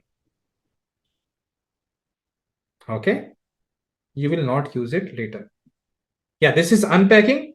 This operation is unpacking, but and the meaning of this underscore is why will I use underscore later? Right. So just for these are called engineering practices, variable names and others. This is to help us and other developers who are working on it. Understand? Understand everyone? Again, a little bit of insight on use it later means underscore. Yeah, you can say. You will see a lot of this in YOLO as well because they are not using all of these things. What we are not using is, let's not even name it. Okay, let's move forward. So underscore, it will have something, this function returns two things, but we are only considering the threshold. That's why we are only considering THRESH. Okay, we are passing this threshold to get the contours, to find the contours with this operation, and this operation will give us 2589 contours. So let me delete it and see, I'm creating again a numpy image of shape image zeros like. So this is image filled. This is just empty right now. Okay, this is image. What I'm doing, there is again, this is a sorted function. Everyone might know this is a Python part. We are in the sorted function. I'm passing contours. Okay. I think there is some issue with electricity. So I'm passing my contours. I'm passing my key as cv2.contour area. Okay. So in this contour, the key is contour area. Calculate the area of all the contours. I'm passing that key. I have list of all the contours, and contour can be something like this, or a very tiny dot like this, or a very big like this. So what I'm doing, I want to sort my contours based on the area that I have, because I don't want this kind of insignificant contours. This is of not of use for me right now in the problem statement. So what I want, sort by contours, sort contours based by contour area. Reverse equals to true. It means get the highest one first and get only the 5. I'm only considering 5. You can consider 10, 20, because there are a lot of it. I told you 2500 something, right? So I don't want it to be complex. That's why I mentioned 5. Now what I'm doing, this one has all the contours which are big in area, all the 5 contours. Okay. Now for contour in contours, because there are multiple, I'm using a for loop. What I'm doing, I'm just generating a random color. This is a code to generate random color. np.random.randit in the range of 100 to 255. This will be my R. In the range of 100 to 255, in the range of this will be G, and same for B, RGB. Okay. Sorry. Then I'm drawing my contours on which image filled contours. This is my numpy of all 0. Then I'm passing a list. This function accepts this as a list, this value. Then -1 is some other value which we are not using. We are passing the color which we randomly created, and thickness is cv2.filled. It means I want my contours when I draw on the image. This is my image. I don't just want to draw a boundary. I want to fill it with some color like a segmentation. Okay. So what I'm doing, thickness is filled. So it has drawn on where? On this empty image filled with zeros, and only the contours will be drawn. Okay. Then what? I'm using another cv2 function called add weightage. It is used for images. You can do it. Okay. It is very simple. My image is RGB image. On that RGB image, I want 0.5% weightage of, I think this is 0.5. I need to check. Yeah, alpha. How many of you have heard of alpha before in our classes only? How many of you have heard of alpha before in our classes? And where have you heard it? Great. Great answer. Transparency RGBA. Alpha, it means in this image, I want 50% transparency of this percentage overlapping. So this is what this function does. Add weightage. Then what I'm doing, this is beta and gamma. You can check it controls some kind of contrast and brightness. It's up to you how you want to visualize. So what I'm doing in this image, whatever the contours I found, okay, this is the colors, this already drawn on this image, right? Add that weightage and plot it. So can you see this green is a different contour, this blue is a different contour, this is a different contour, 1 2 3 4, and this is a 5. -1 is some default value which I am not, which I'm just mentioning as it is. Okay, you can read the documentation later, but whatever is not used, I'm just mentioning as it is. Can you please make it 10? Please do the experimentation. You have the notebook. Okay, see if I have 10, I need to check, is it based on name or something, because I don't want to mess the code. See, it takes a lot of time because it is looking for contours. Okay, see, it has given an error because it should be smaller than or equal to I, and there is some functionality, get map. Okay, so don't use that part here. We can check on the main part that how will the position of the contours be mapped. It is not mapped. Let's understand this fast. Okay, This is the image. This is your main image. Everyone, please understand. Okay. This is your main image. What you did, you converted it to grayscale. You converted it to grayscale, and only on the particular threshold you have mentioned. You have mentioned a threshold. Or this is with threshold. This grayscale itself is some threshold. Now, in that grayscale, you have mentioned two contours to find contours. Now, suppose in this grayscale, it is find thousands of contours. Contour, this cloud is a contour, this is a contour, contour, contour. Only the boundary, contour is only the boundary here. Okay. It has lot of something like this. This is what contours are. With the help of with the help of area, what we are selecting, we are only selecting the top 5 biggest. This will be selected. This will be selected just like that. The top 5 area will be selected. Once that is done, we now have, what we are doing here is that, can you see? We have, now we are filling it on this image one by one. We are taking contour, we are selecting one color, and we are drawing contours on an empty numpy array image. This is our numpy empty image filled with all zeros of 3 channel. We are filling our contour, and what are we only filling the boundary? No, we are using cv2.filled. It means not just boundary but also inside. With what color? With some random color. Okay, every time you run this script, it will have some new color. Okay, so it will fill all of these contours with some random color. Now, once that is done, with the help of add weightage and alpha, we are saying that this is the main image. This is the image with contours and all these colors. Add this image with 0.5% as a weightage, so that on main image we can see these colors. Can you see these colors? This is the color of image filled contours, where we are filling with some color. That is the weightage of it. And this is how we are showing it. Okay, everyone, is this part clear? I can make it, see, it is, you have this script, make it 10, make it 100 and run it. Contours will be very small. It is top 10. See, 1, 2, 3, 4, 5, 6, 7, 8, 9. There will be some kind of 10 here as well. Okay, so it's up to you. I'm making it 5 because I want to be able to explain all of this.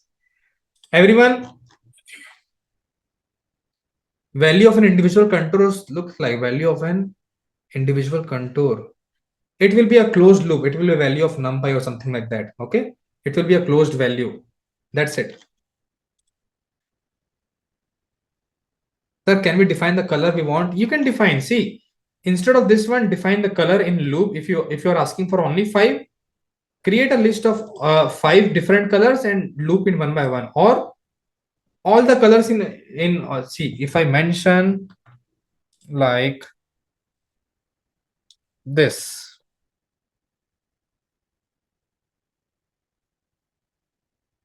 let's make all as red, 0, 0.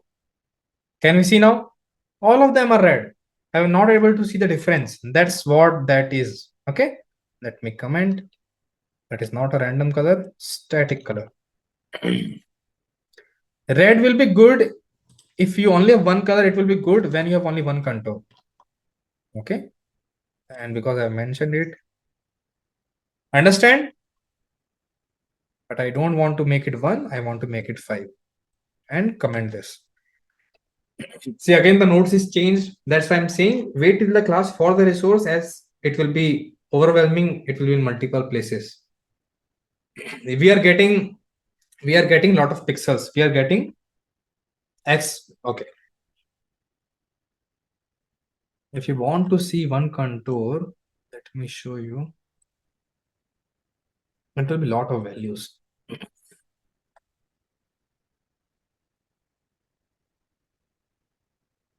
For C in contours, print C. Can you see this? This is a combination of x1, y1. xy will give you 1 point. Another x1, y1 will give you another point. X2, y2 will give you another point. So these are x, y, x, y, x, y, x, y, and all of that. Understand? Please do the experimentation when you're free. Okay? This takes time. This takes everyone time. Understand? Sorry about that. Think of this as like exploring yourself. Okay? Exploring all these things by yourself. Okay? Understand? So now let's cover the last part of uh, today's class, and I will only take 5 minutes, 5-10 minutes. Then we will do the doubt session. Okay, otherwise this will take in next class. This will not take long. It will be like hardly 20-30 minutes maximum. Okay, everyone, are you ready? Please mention yes fast.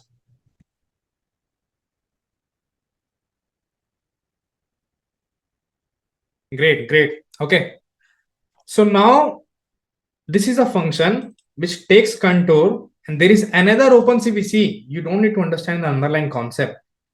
That is the work of researcher. They have already done. You can look at this function by going to the OpenCV main function and then get what is the thing they are doing. So what this does is this function takes contour, okay, a single contour as an input, check that, and there is this value from which you can get approximate poly dp, poly count. You will get a count of that contour, approximate. This is this function. Suppose you will get a polygon like this. If I apply this, it should be something like that. It is not fine tuning. It will not change the contour, but it will give you a count of it. So it will do the calculation, do the approximate poly dp, and will give you suppose 3. Okay. So this is what this function is doing. So I've tried with multiple parameters 0.02, but 0.01 was giving me correct results. Okay. So from that, I'm getting a number. So I've written few if else condition in this function. If length of approx is 3, it is a triangle. And if length of approx is 4, then what I'm checking, if it is 4, then only I will draw bounding boxes. In deep learning, the nature of bounding boxes are rectangle, not circle, not polygon, not triangle. So that's why I'm only interested when the approximate length is equal to 4, then only draw bounding boxes. See, don't worry about this function right now. We'll be using this function a lot later. Okay, just understand that when passing this this approx will give me change coordinates. See, you can see I was wrong. This is not just giving me 3, it is giving me this kind of coordinate, and the length of this contour will be 3. You can see I'm passing the length of approx. Okay, so I'm passing my approx, that is my new coordinates, and I'm extracting the values of x, y, w, h. Guys, just it will take 5 minutes, then we will take break and start. Other people can raise in and can go on break. Okay, we are passing that approx, we are getting x, y, w, h, and from that what we are doing, float of w by we are checking this as aspect ratio. If aspect ratio of it is 1, it is square, else rectangle. Okay, we are not drawing. See, we should draw bond, draw rectangle is a different function. This function is checking the bounding box is rectangle or not. It will give you x, y, w, h of that rectangle, and from that we are calculating aspect ratio. If my height of a rectangle is 20 and width of the rectangle is 20, it means 20 by 20 is giving you 1.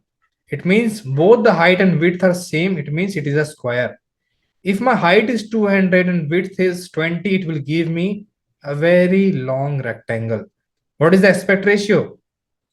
Is this of correct aspect ratio? No, right? So this function will calculate you aspect ratio. We are just calculating aspect ratio.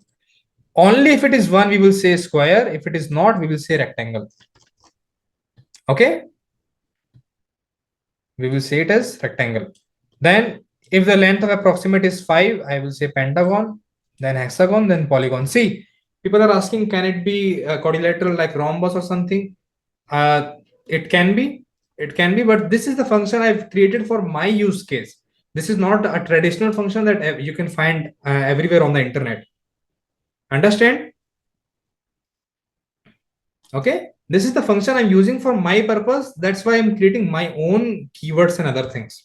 This is what a function should do, right? It should be your own. So now from that contours, this is the image. We are doing the same operation we were doing before, finding the contours, filling it, sorting it. Then again, the code will change a little bit here, that for contour in contours, we are getting the shape. Shape means this is the function we created, right? It returns two things. It returns the contour approximate dp, and then the shape out of it. What is the shape? Can be square, rectangle, triangle, whatever is it. This is a contour, fine-tuned contour, and this is a shape. Okay, so this is where we are getting approx shape. We got this. Same, I'm now using only one color, that is R. I'm drawing my contours now with same code. Image filled, contour -1 is some default value, color is red, and I'm filling it. Okay, and I'm filling it. What I'm doing is the calculate the position, just a text. This is what I'm doing to calculate text. I'm just calculating the centroid. Centroid of what? My contour. This is my approximate. I'm checking in this what is my centroid, and in this part what is my centroid. Okay, then I'm getting x and y of my coordinate where I can put my text. It's up to you. Okay, so from this, suppose this is the image, you have a contour here. With that line of code, you're able to find the centroid. This is your centroid of cx, cy. Suppose you can, it's up to you if you want to start writing from here. But what I've done, I want my cs to be -150. It means go till this, go little here, and cy to be -150 and go little here. So I want it to be start, my text to be start from here. It is my requirement. It's up to you. You can start from here or here or here. Just the placement. I'm just changing the placement. So this is a text position of coordinate x and y. Now this is a cvd.put text. What it does, this is image filled with contours, your image. The shape, it means the name. Shape will have you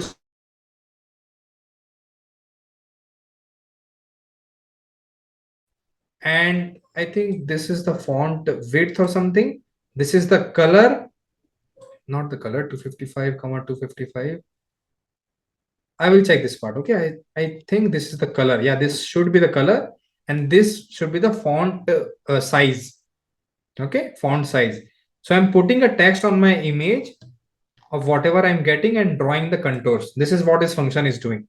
Okay, and then add weightage, same function as before. I'm adding the weightage, and you can see. Okay, and why only one? Because here I'm only considering one. Because this function might not be accurate, right? As one suggested, it can be quadrilaterals like rhombus. How can I define that exact particular function like this one? Again, I have to do a lot of calculation, degree and others that will make it more complex. But for now, I just wanted to show that we can use contours like this as well. It is a polygon, the biggest contour in this image. It is bit complex from contours part. Yes, I understand. Okay, so let's leave it till this part, and I will cover what can I say? It is exactly the same thing actually. Okay, let's read it. I read it at your home once you are done. Then tomorrow, if you have a doubt, you can also cover. So is everyone clear till this part, that how we drawn it? We are just drawing it, same thing. In this image, we have drawn the contour. The next is I'm just writing this part, polygon, and how I'm calculating the polygon is up to me. That function I have created. Yes, you need to read it because it is lot of complex topic, right? Okay. So now what I'm doing, same thing, I will pass this contour to a bounding box. See, in segmentation also, when you do segmentation, there is a function. Suppose this is me. This is my face, this is my body. If I want to segment me, I will get coordinates like this. I will get this kind of coordinates.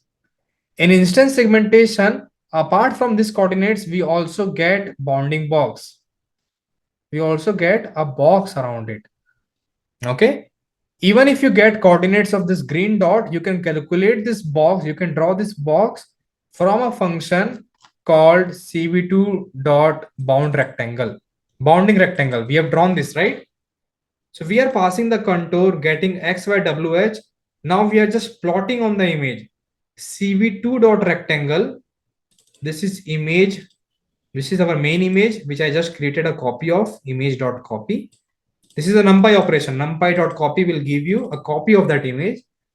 On that image, I'm giving you x, y, x plus w, y, x plus w, y plus h. It means this function will give you four things: x, y, w, h. cv2 dot rectangle expects x comma y, x1 comma y1. It means it expects something like that. So how can you make x, y, w, h to x, y, x1, y1? If you add x plus w, it means you already have a point. If you add width to it, suppose this is your rectangle. This is your x comma y. Width is 20, height is 30. You know your x is suppose 100, y is also 100. What is the coordinate of this point, everyone? Tell me. This is 100 comma 100. Width is 20, height is 30. How can you get this point coordinate? What you will do? X plus 20, that is width, will give you 120. Y plus 30 will give you 130. So point is 120 comma 30 is this coordinate. So you are getting x, y, w, h. From that you can calculate x, y, and then x1, y1. Understand? So this is again a format. In computer vision, you will see all kind of format. You will see x, y, w, h. You will also see x, y, and then x2, y2. You will see both format. From this format, you can calculate wh. From this format, you can calculate x2, y2. Is this part clear, everyone? Calculation? Everyone, is this part clear?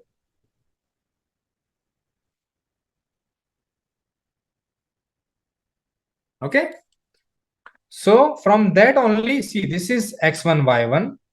This is my x1, y1. Please re-explain. Okay. Just wait. It will not take long. This is the final thing of today's class.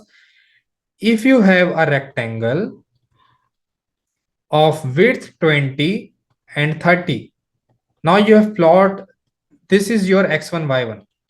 x1, y1. Suppose this coordinate is 100 in x-axis, 100 in y-axis. In OpenCV, axis starts from, this is xy, top is xy. This is different. In OpenCV, okay, this is your x and y. It starts from top left. Now, if you want to get to this point, what is the coordinate of this point? You only have few things. You only have x, y, you only have w, you only have h. How can you find this point? So this is x-axis, right? This is x-axis, this is y-axis. 100 plus height, this is height, right? This is already y-axis. Starting point plus height of the box will give you this point. So y1 will become 130. This is y2. Y2 is 130. For this is x 100. If I add 20 here, I will go to this point and this will become 120. This is x2. Intersection of this and this, that is intersection of this and this, is this point, right? This is x2, y2. Are you clear now, everyone? Okay, great. So this is exactly what we are doing. We are passing a image, our normal image. Suppose this is the image of me, and contour has my body coordinate. So from that contour, what I did, I found out the rectangle XYWH. From that contour of me, I find out XYWH.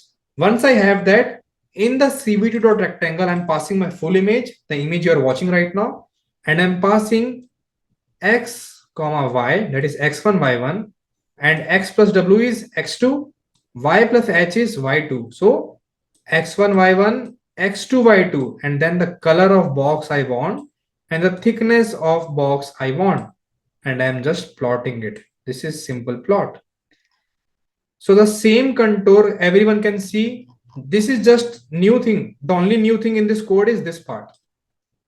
This two lines of code is only the new part in this code. Now you're not plotting contours. You're using contour, getting the coordinates of bounding boxes and plotting the bounding box. This is how you plot. You draw a bounding box with OpenCV. Okay. This is how you draw a box with OpenCV. And instead of drawing contour, now you have drawn a bounding box. This is exactly the same place as this image. Is it correct or not? Everyone, is it correct or not?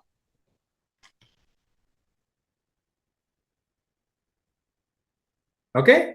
So that's how we have covered this. Say, I don't want to go far, else it is already very complex. But if you read this code, it will be very simple. Okay. See, now again, we are not going to the topic, but we are in a different, we are discussing something. In your lifetime, when you are, even suppose tomorrow you are reading NLP. To be frank, okay, tomorrow you are reading NLP. Right now you're reading CV. It might be requirement of 5 years that we are learning RL as well. Me, you, and everyone.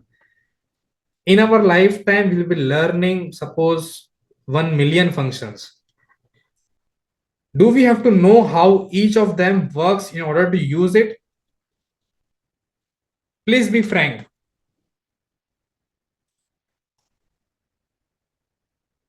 No. Do you know when you're writing Python code, do you ask yourself, when I'm writing Python code, what happens inside? How my terminal opens? What happens when I run the script? Do I need to know all of this to run my Python code, Python a.py? No. Just like that in CV, NLP, RL, obviously I can give you explanation of lot of things. But if I'm giving you that explanation of functions which we just have to use it, they have made it to use by us, right? It will take this class from 3 months to 6 months to 1 year as well, right? If you think that you should learn how implementation works, you can change the implementation, do it. If that is not your goal, learn how to use it, create a project, and the problem statement is always your goal, not how you're using tool. Tomorrow it might be possible that there is some Docker container running on Java. You just have to access things with API. Right now you might not get this visualization, but then you have to use this. I might not ask that what is happening in the Java backend. I just have to use API. Everyone uses OpenAI API, right? ChatGPT API. Do you ask yourself that what is happening in that ChatGPT? No one does. Anyone knows the real architecture of ChatGPT? No one knows. So the main concept, see, this is, you can think of one of the good learnings of today's class as well. Everyone has to be, everyone who is attending my classes has to be a good engineer. I'm telling you, from 3 days, I'm solving my PC. Okay. I hope, let me check if everyone can see this PC. But okay. But on a blur, you can only see a little bit of blur because I've increased the blur strength. Okay. So everyone here has to be an engineer. If you get issue with your PC, you should be able to solve it. If suppose tomorrow you get issue with your Windows, will you be asking in this channel, community or data science? That is the issue with your OS. Just like that, you are going to get hundreds of issue. If in your computer you are not going to solve that, find some other implementation. Understand? So that should be your goal. So just like that, okay, let me save. We have completed today's class, and tomorrow we have one more small thing to left. It will take half an hour. But anyways, everyone is going to have this notes. Okay, I will move this notes tomorrow as well. Okay, I will update that. So now let's,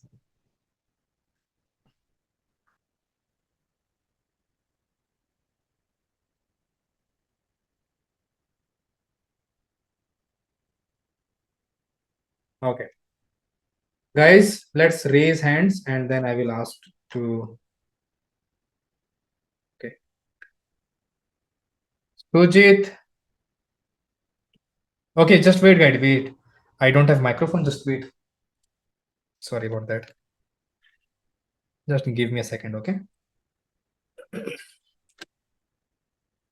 And also let me have that poll. I have launched 3 poll. Can you please, everyone, please answer? See, Chris sir is not here. Chris sir is traveling and will be available most probably next week or after next week. But please provide your poll results. I want everyone. See, there are a lot of participants, so please provide your answers.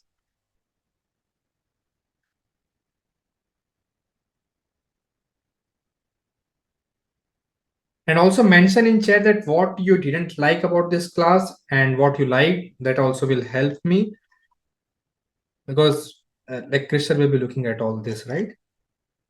Thank you very much. Like, I also want to know if the class didn't went well, please mention in the chat. I'm watching. I want to improve this class so that everyone can learn a lot of excellent things.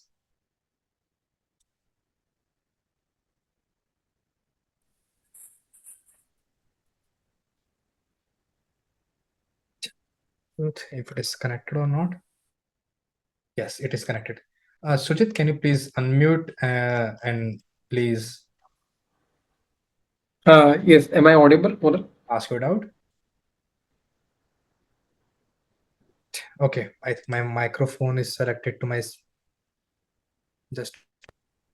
Okay, I can hear you now. Can you please Okay, check now? okay. Yes, Thank you. thank you. Yeah, actually, I'm working on a one of the project where I have to extract the some of the text from the document. Let's say I'm reading some image file.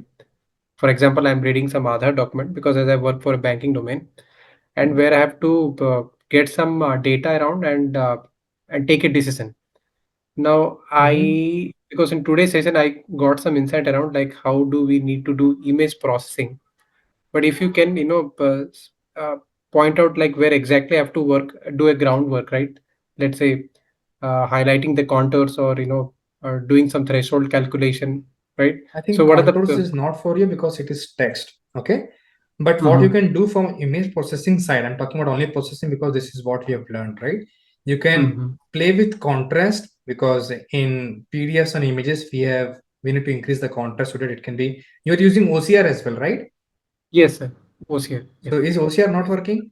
What is the issue? Uh, Actually, initially we have used the PyTest Rect. So there we have a challenge of, accuracy. So then we move to pedal OCR. Pedal OCR? Yeah. So where we see that accuracy has improved a lot. But Yes, it now is a what bigger we are model. trying to do, like on the preliminary step, we want to do some image processing. Then we want to employ our pedal OCR methodology over there. It will be hard to understand what image exactly looks like and which of the, see, Actually, first, yeah. yeah. Actually, we are reading Aadhaar document. Our basic goal is to read the Aadhaar is Aadhaar pretty clear, images. right? Yeah, others are pretty clear. But what happened, right? The users, whenever they are submitting the KYC document, right?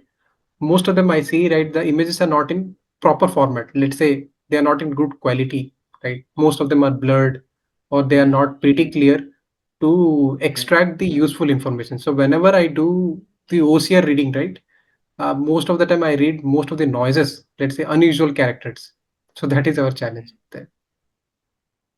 So first, see, in tomorrow class, you will understand that one powerful image processing that is CLAHE. Okay, Okay. that will help you increase your contrast, reduce noise, and it will like make your word stand out.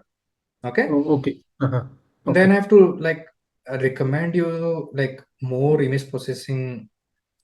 Images, is your image straight as well? Sometimes it is pretty aligned, like, It's but pretty that is aligned, well right? managed. Yeah, but that is well managed by the pedal also because they have the models, even though the images are tilted or they are not in proper orientation, right? It able to extract the text character. So okay, I think if I see some output, I will be able, because it is very hard to give you any insight right now. Okay. Okay. Okay, Yeah. so maybe you can ping me separately, give me some output, input, and then we can talk about it. Okay, Sure. Sure. Manoj, sure. okay, yeah, thanks. Thank you. Thank And also, yeah, thank you. And just give me a second. Let me check. Pace is slow. The fourth notebook is still there, complete. But again, I'm not expert on this command. Question is not able to understand. Thanks, Abhishek. And okay.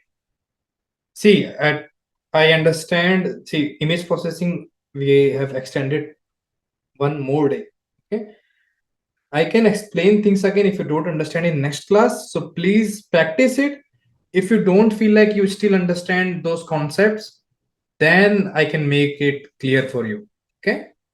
I know it's too much to process in one class because see, I some people are saying that I understand I have to make it with every people pace, and some people want it to be more faster. Okay, assignment will be coming tomorrow. So today assignment is whatever. See, there are a lot of code. Okay, so first understand all of that and what each of that does, and then comes to please don't make it faster. Yeah, I will not make it faster. See, class will probably be more slower when we start CNN. This is not all the image processing. You will be learning a lot of image processing when we are learning CNN. But this is like giving you, see, contours is something like you will be understanding, you will be, these are the interview kind of questions. So right now, suppose you understood a bit of contour, experiment with yourself, do some projects on that, and then make your understanding on contours bigger. People might ask you one or two concepts, but one or two questions, but not more than that. So yeah, I will not make the class faster. Okay, let me see all. I can see one bad and two bad. Okay, not all the people are happy, but okay.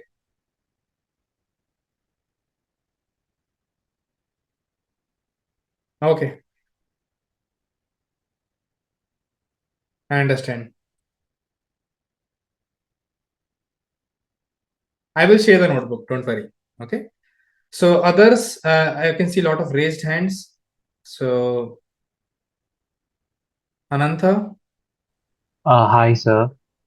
hey Anantha, how are you? Yeah, I'm good, sir. How are you? Yeah, I'm good. I'm good. Thank you for Yeah, asking. Yes. What is your doubt? yeah. Sir, actually, you've shown us a lot of CV methods today and a lot of parameters that go into that CV method. So how do we practice it? Because there are so many numbers. I mean, I kind of got confused what we have to put in the exact Hmm. place. So Okay. how do Okay. we So see, practice those? uh, don't think about practicing this kind of thing. See, as I told you, in like no one is going to ask what CV function you are going to use in your interview. Okay, whether you're going to use add weightage or something. So what I will suggest, if you understand the concept, you understood what I'm doing with the image. Did you understood that? Yes, We are I removing the understood. mask, creating that, right? That Yes. is all everyone has to understand. If tomorrow you get a concept, if you get a problem statement to remove it, now you know what you can do with OpenCV. That is the first Okay. thing. Second thing is Okay. you can always search on that. I want to create a mask of my background or do color thresholding. What code I can use? Because now you know the concept of color thresholding and all. You can apply that concept. The understanding is required. You cannot by heart all these things.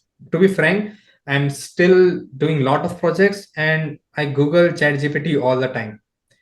but I Okay. should know how to apply it. I should know what things I'm looking out. So I cannot say ChatGPT that give me, and what can I say, Jarvis kind of thing. Can I ask it? Because that technology does not exist right now.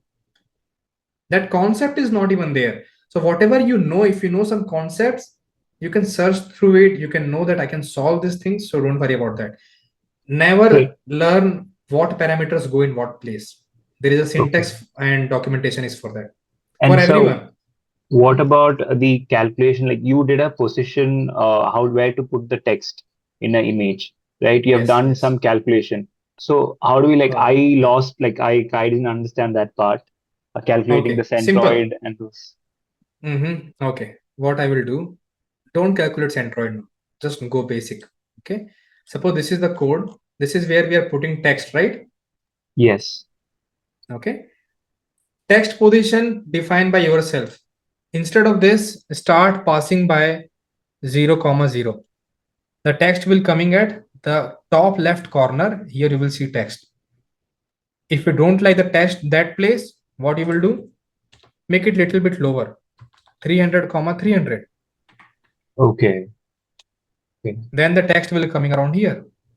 Are you getting my Okay. point? Yes. This is Yes. just mathematics, just simple Python of, if I already have a box here, I can get a centroid of the box, right? Okay. Okay. Okay, you will not get, see, in real life, you will only get squares, rectangles, you will not get contours like this. Okay. You should like, who is going to see that the polygon and other things? Okay, Hmm. so this is what you have to worry about, Okay. x and Sure. y. Yeah. How you calculate x and y, ask GPT or anything. It will be lot complex or it can be very simple as that, as this one. Okay. Okay. Sure. Thank you, sir. Yeah, thank you, Nanda. Sujit, Manas. So, sir, I Hey, had a Manas. hi, hi, sir. So, Hmm? you explained us about the histogram. So just wanted to know, sir, how are we reading that histogram that you showed us? Mm, I have mentioned right on the histogram part that, okay, so it was color models and on the histogram. This is the histogram value 0 to 180. Okay, what is the peak of this value? Around 90ish or around 105 or 110. Can you see this? Yes, sir. So what is the y-axis representing?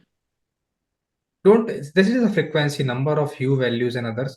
Don't talk about y. Okay, just check the hue values. It means that this particular range saturation, this is not correct value on the frequency part, to be frank.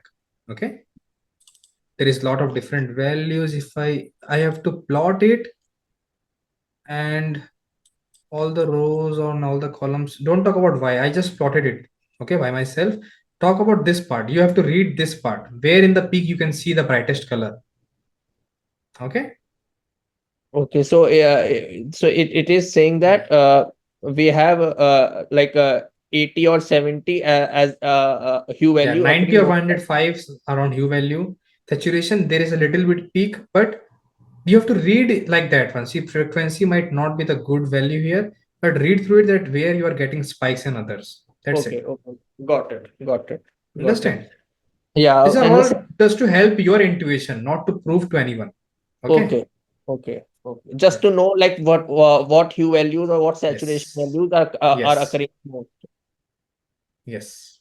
Okay, Yes, Shravan, and that can be correct, but yeah, I'm checking. Okay, I was asked. Yes, what is your other dot, Manas?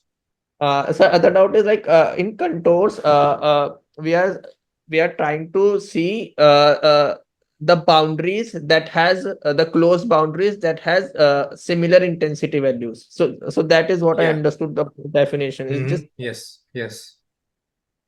So Similar how do kind we of color intensity around that. Yeah. similar kind of color intensity in a closed boundary? Yes. So how do we like get that contours? How do we plot it? Like how do we detect those? Just you pass the threshold which you want in the grayscale. Okay. See, contours work with grayscale. Okay. Okay, so So we first convert the image to grayscale, and then we pass a Yeah. threshold. Yes, we pass the threshold on that. Yes. And all the values lesser than that Yeah. threshold, it will Yes. detect, It will and it create a will. mask, and on that mask, you will have something like now you will pass the function which detects the contours on that mask. Okay, okay, Understand? okay, okay, understood, sir. Okay. Yeah, Yeah. yeah. Yeah. Okay. So whoever asked question, please. Yeah. Thank you for raising your hand. Then Ananta. Okay. Okay. No, you are not raising your hand. Shubham and Shweta. Others. Hello. Hey, Hello. Shweta. Yes. Hi. Actually, my name is Sanskruti. It is Okay. not. I have to change the name. I realized Okay. it right No now. worries. No worries. Yeah. Actually, Yes. I wanted to ask you, how can we prepare for ML ops and CV ops interviews? Like, what should we See, do? there is In okay.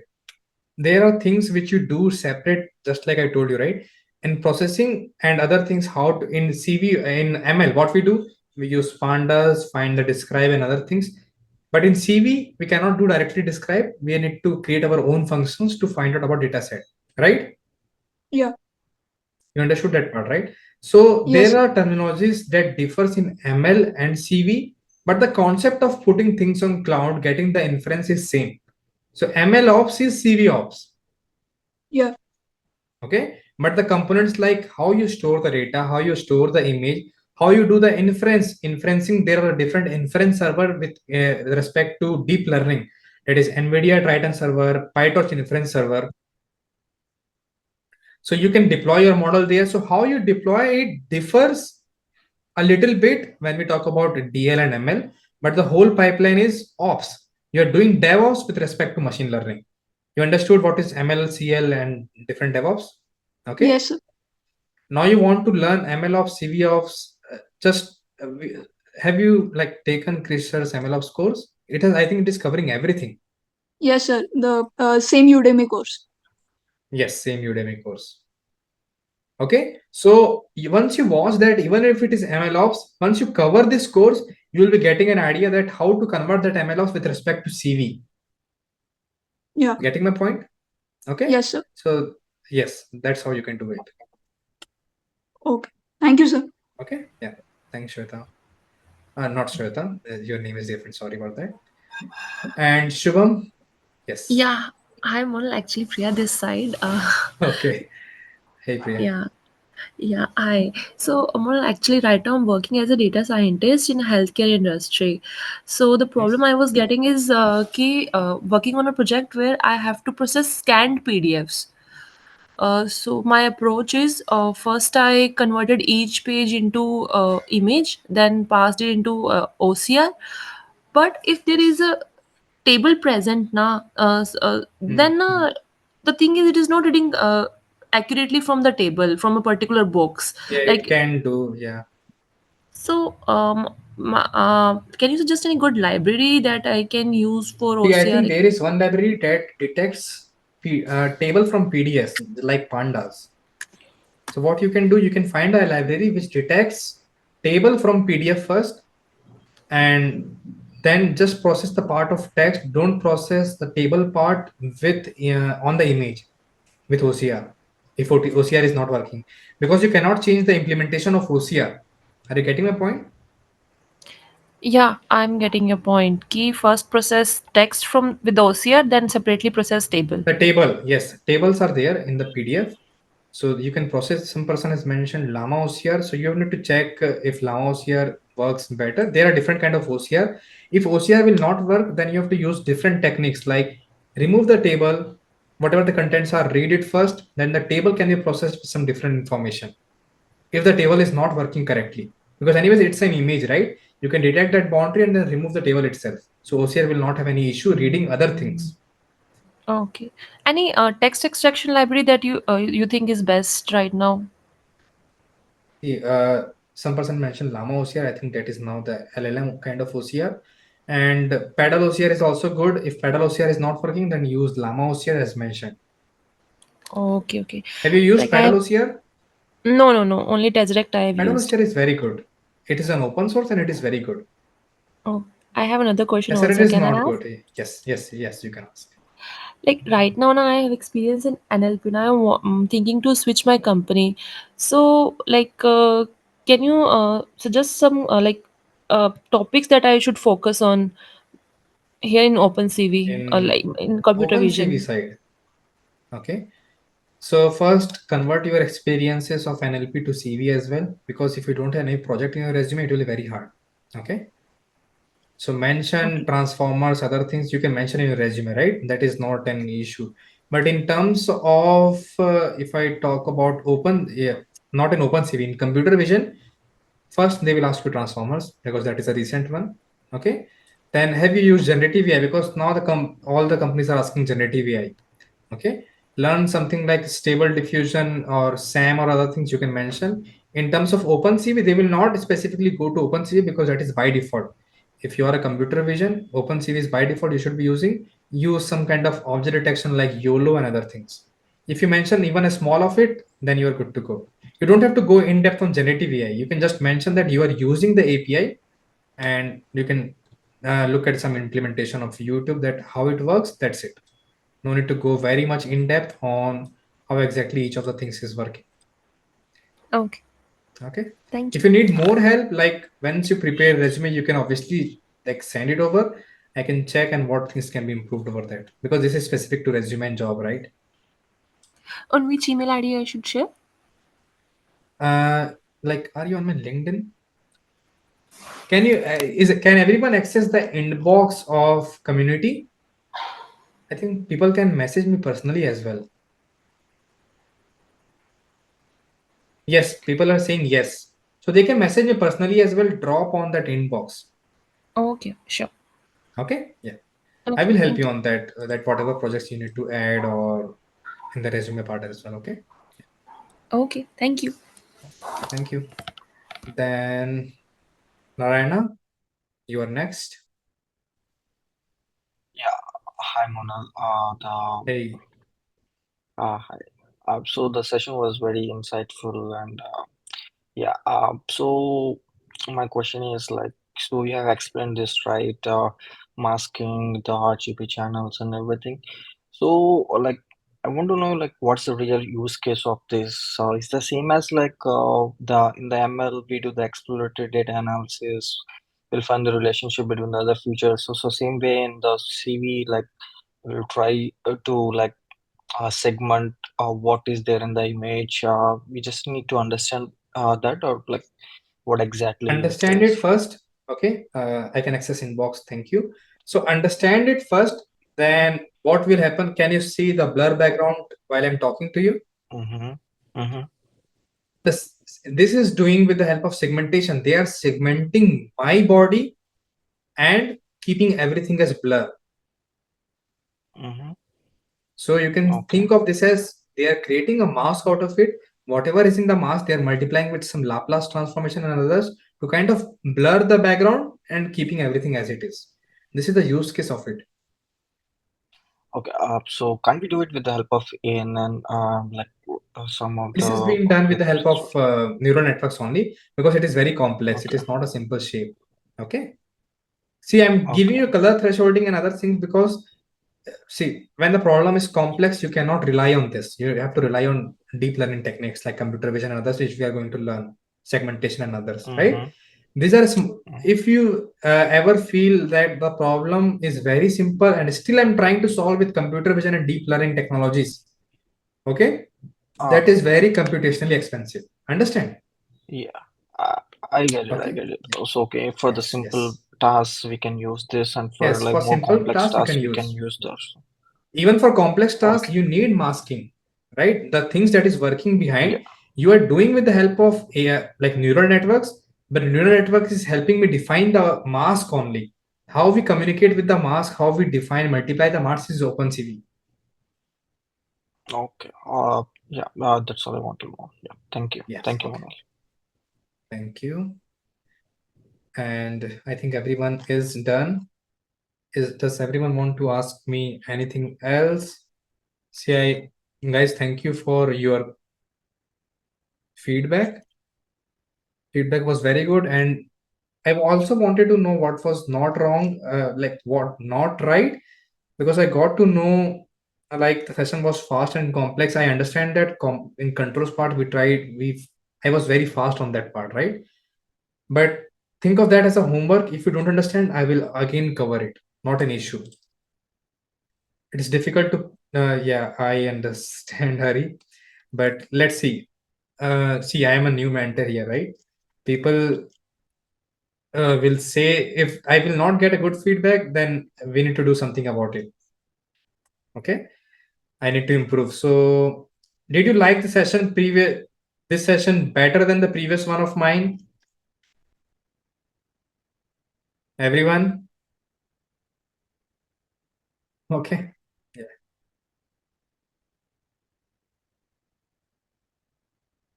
Saying last one was better. Better. Okay. Okay. So please try to revise everything which we have covered. There is a lot of contents. I will be adding this new resource. Okay. Team will be mentioning that. And then can we get recording by the evening? See, recording is not up to our hands. It is in Zoom. Once we get it, we can like send it. Okay. So we have to depend on Zoom for that. Okay. So it's nice talking to everyone. Oh, we are on time. It's 2. Question about, but I asked a question about, okay, I can see new names.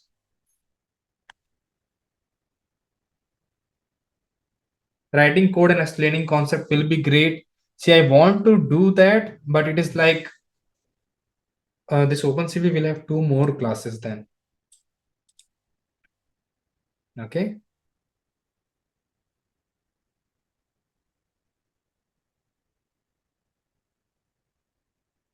Thank you. Okay, so I can see 2 residents. So Usher and 1 guest. Hello, Monal, you have done very Okay. good. I find very well. Thank you. Your style, whatever you have, make the drill down, everything is good. I just have a small question. The reason to take this computer vision session with you is that if we will capturing the images and the videos, for example, if we have a CCTV cameras or we are recording live videos, so we just wanted to make the model to be trained based on these images by using later on with the CNN, and then we will make our own prediction and make our own evaluation. So how do you think that Yes. it will help me to, with the help of this session, we will be able to take the capturing of images We will be doing all of that. Don't worry. We will for be the doing all of that. no, the Yes, concern yes. is for healthcare, radiology images, especially if we are like taking MRI, CT, or ultrasound. So we already have some diagnosis based on that. So causal inference model will going to capture the images and then writing some similarity type of nodes in the shape of a diagnosis. So this what is the reason I'm just trying to connect. So do you think we will cover all this? Yes. See, it's just an. Are you going to capture things with camera, or you are going to have that one as a scanned version or as a digital version directly? Live. Some of the videos are live, and some images we have static images.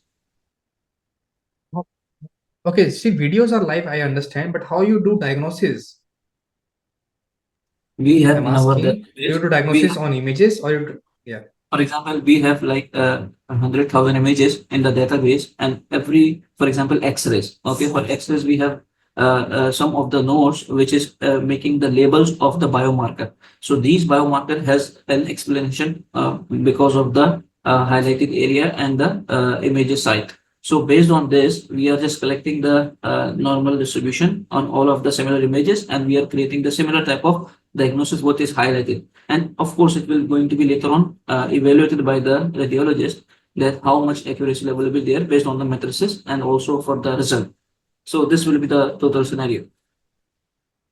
It can be done. See, whatever the scenario you're explaining, right? You're going to learn all the tools which is required to solve that. Okay, Okay. videos, images, doing annotation and everything you're going to. How you achieve that is something that we have to discuss, because that is now a software engineering part. You will understand all the tools of CV, but a lot of software engineering will also be required. Well, Okay. actually, the thing is, you are strong in that area for the training and like capturing the videos or making in the shape of the frames, and then like you are going for the pixel level explanation. This is very right. But when is it possible? Do we have some projects related to the healthcare? It will help me out. Or if it is not, later on, if I have some projects where we are working with the other team, so we will involve you for some like fine tuning or something like that. Is it possible? Sure, it is possible. Okay. How will That we can approach to talk you? separately. Like we can directly talk over LinkedIn on regarding that. Okay. Thank you, Mona. Yeah. Thank you, Ashar. And Himonal. other guest, yes. Yeah, Himonal, my name is Pramit. I just have one question about the saturation and the hue and the value that you showed, right? So the my confusion is those are those values against any particular color or overall image? I mean, like all the colors that we have on the image. That we have on the image, all the colors. All the colors, right? I mean, do those graphs help me understand the optimization? I mean, how one Right can now, optimize or something? okay, what do you want to optimize exactly? Let's say, I mean, image quality, right? If I want to optimize, let's say, for example, in one image, let's say it's a little warm, right? Or maybe the saturation of the red color is a little more than the blue color. So, I mean, will this graph help me? I mean, how can you use these values or these graphs to identify that? You see, when you talk about warm and other things, you have to rely on different values. We have talked about hue and saturation of different percentage, right? Mm-hmm. Okay. Now it is the concept of that hue saturation which you have to bring in. That suppose if your percentage of warm is 90 and blue is kind of cool is 10, right? And you want to kind of make the distribution kind of similar on the color basis. Whatever is kind of red, you can little bit tune it down, make it little bluer, or change some direction to the color, and you can tone it down. You can tone your image down to that blue. So it's up to you what you want to do with that image. You can do that, but again, that is not just direct operation. You have to write like lot of codes to. You have to write an algorithm for you, like to change all of that. So these graphs, I mean, can I identify from these graphs, like can I have the different color level saturation in this graph to identify if those are properly balanced or not? You can do that. You can plot. Okay, what you can do, see, I've only made plots for hue, saturation, and light, right? Mm-hmm. Value. What you can Mm-hmm. do, you can plot separately. You can create your own values, create your own NumPy array of that, and create a graph for warm and cool as well. You will see the frequency of that as well. You can able to find from the plot. All right. Okay. Okay. Let me Okay. try that. And Okay, from the sure. hue itself, you can see the color range, right? In the color range hue, if Mm-hmm. it is around 9, it is around 90 to 20. Okay. Talking about full range, then it means the color has lot of red. Okay, let me Understood. show my screen. You understood? Or should I like show the graph? It will better. I mean, yeah, if you show the graph, that'll be better. I got Okay. the idea, but Yeah. So see, this is again the graph which I'm plotting is totally based on what I wanted with the output, right? Color models. Where is the graph? See what I'm doing here. I got histogram, CV total histogram, and all the values which I got. And this is the total plot I want. 0 to 180 is this, right? And what I'm plotting here is that 180 and is the range 256. So whatever values you are getting, okay, in hue histogram, you can take this hue histogram and again can filter that you only want values if the range of this hue histogram is greater than 90. Okay, what is the range of red color, red orange color? You can see from here it is toned down to 180, right? So it is 180, 160 to 180 is the this boundary, and this boundary is 0 to 20. So you can write a separate array which will save warm images. Warm well equals to this. Histogram is greater than 160 and histogram is smaller than 180, or both of them is which one of this is correct, then you can mention some different range of warm, and then you will get all the values of that. Okay, you can write, you can create your Python function for that. This is not a Python, you should not do is, but you can create this is the histogram value. You can create your own values for warm, for cool, and can plot it.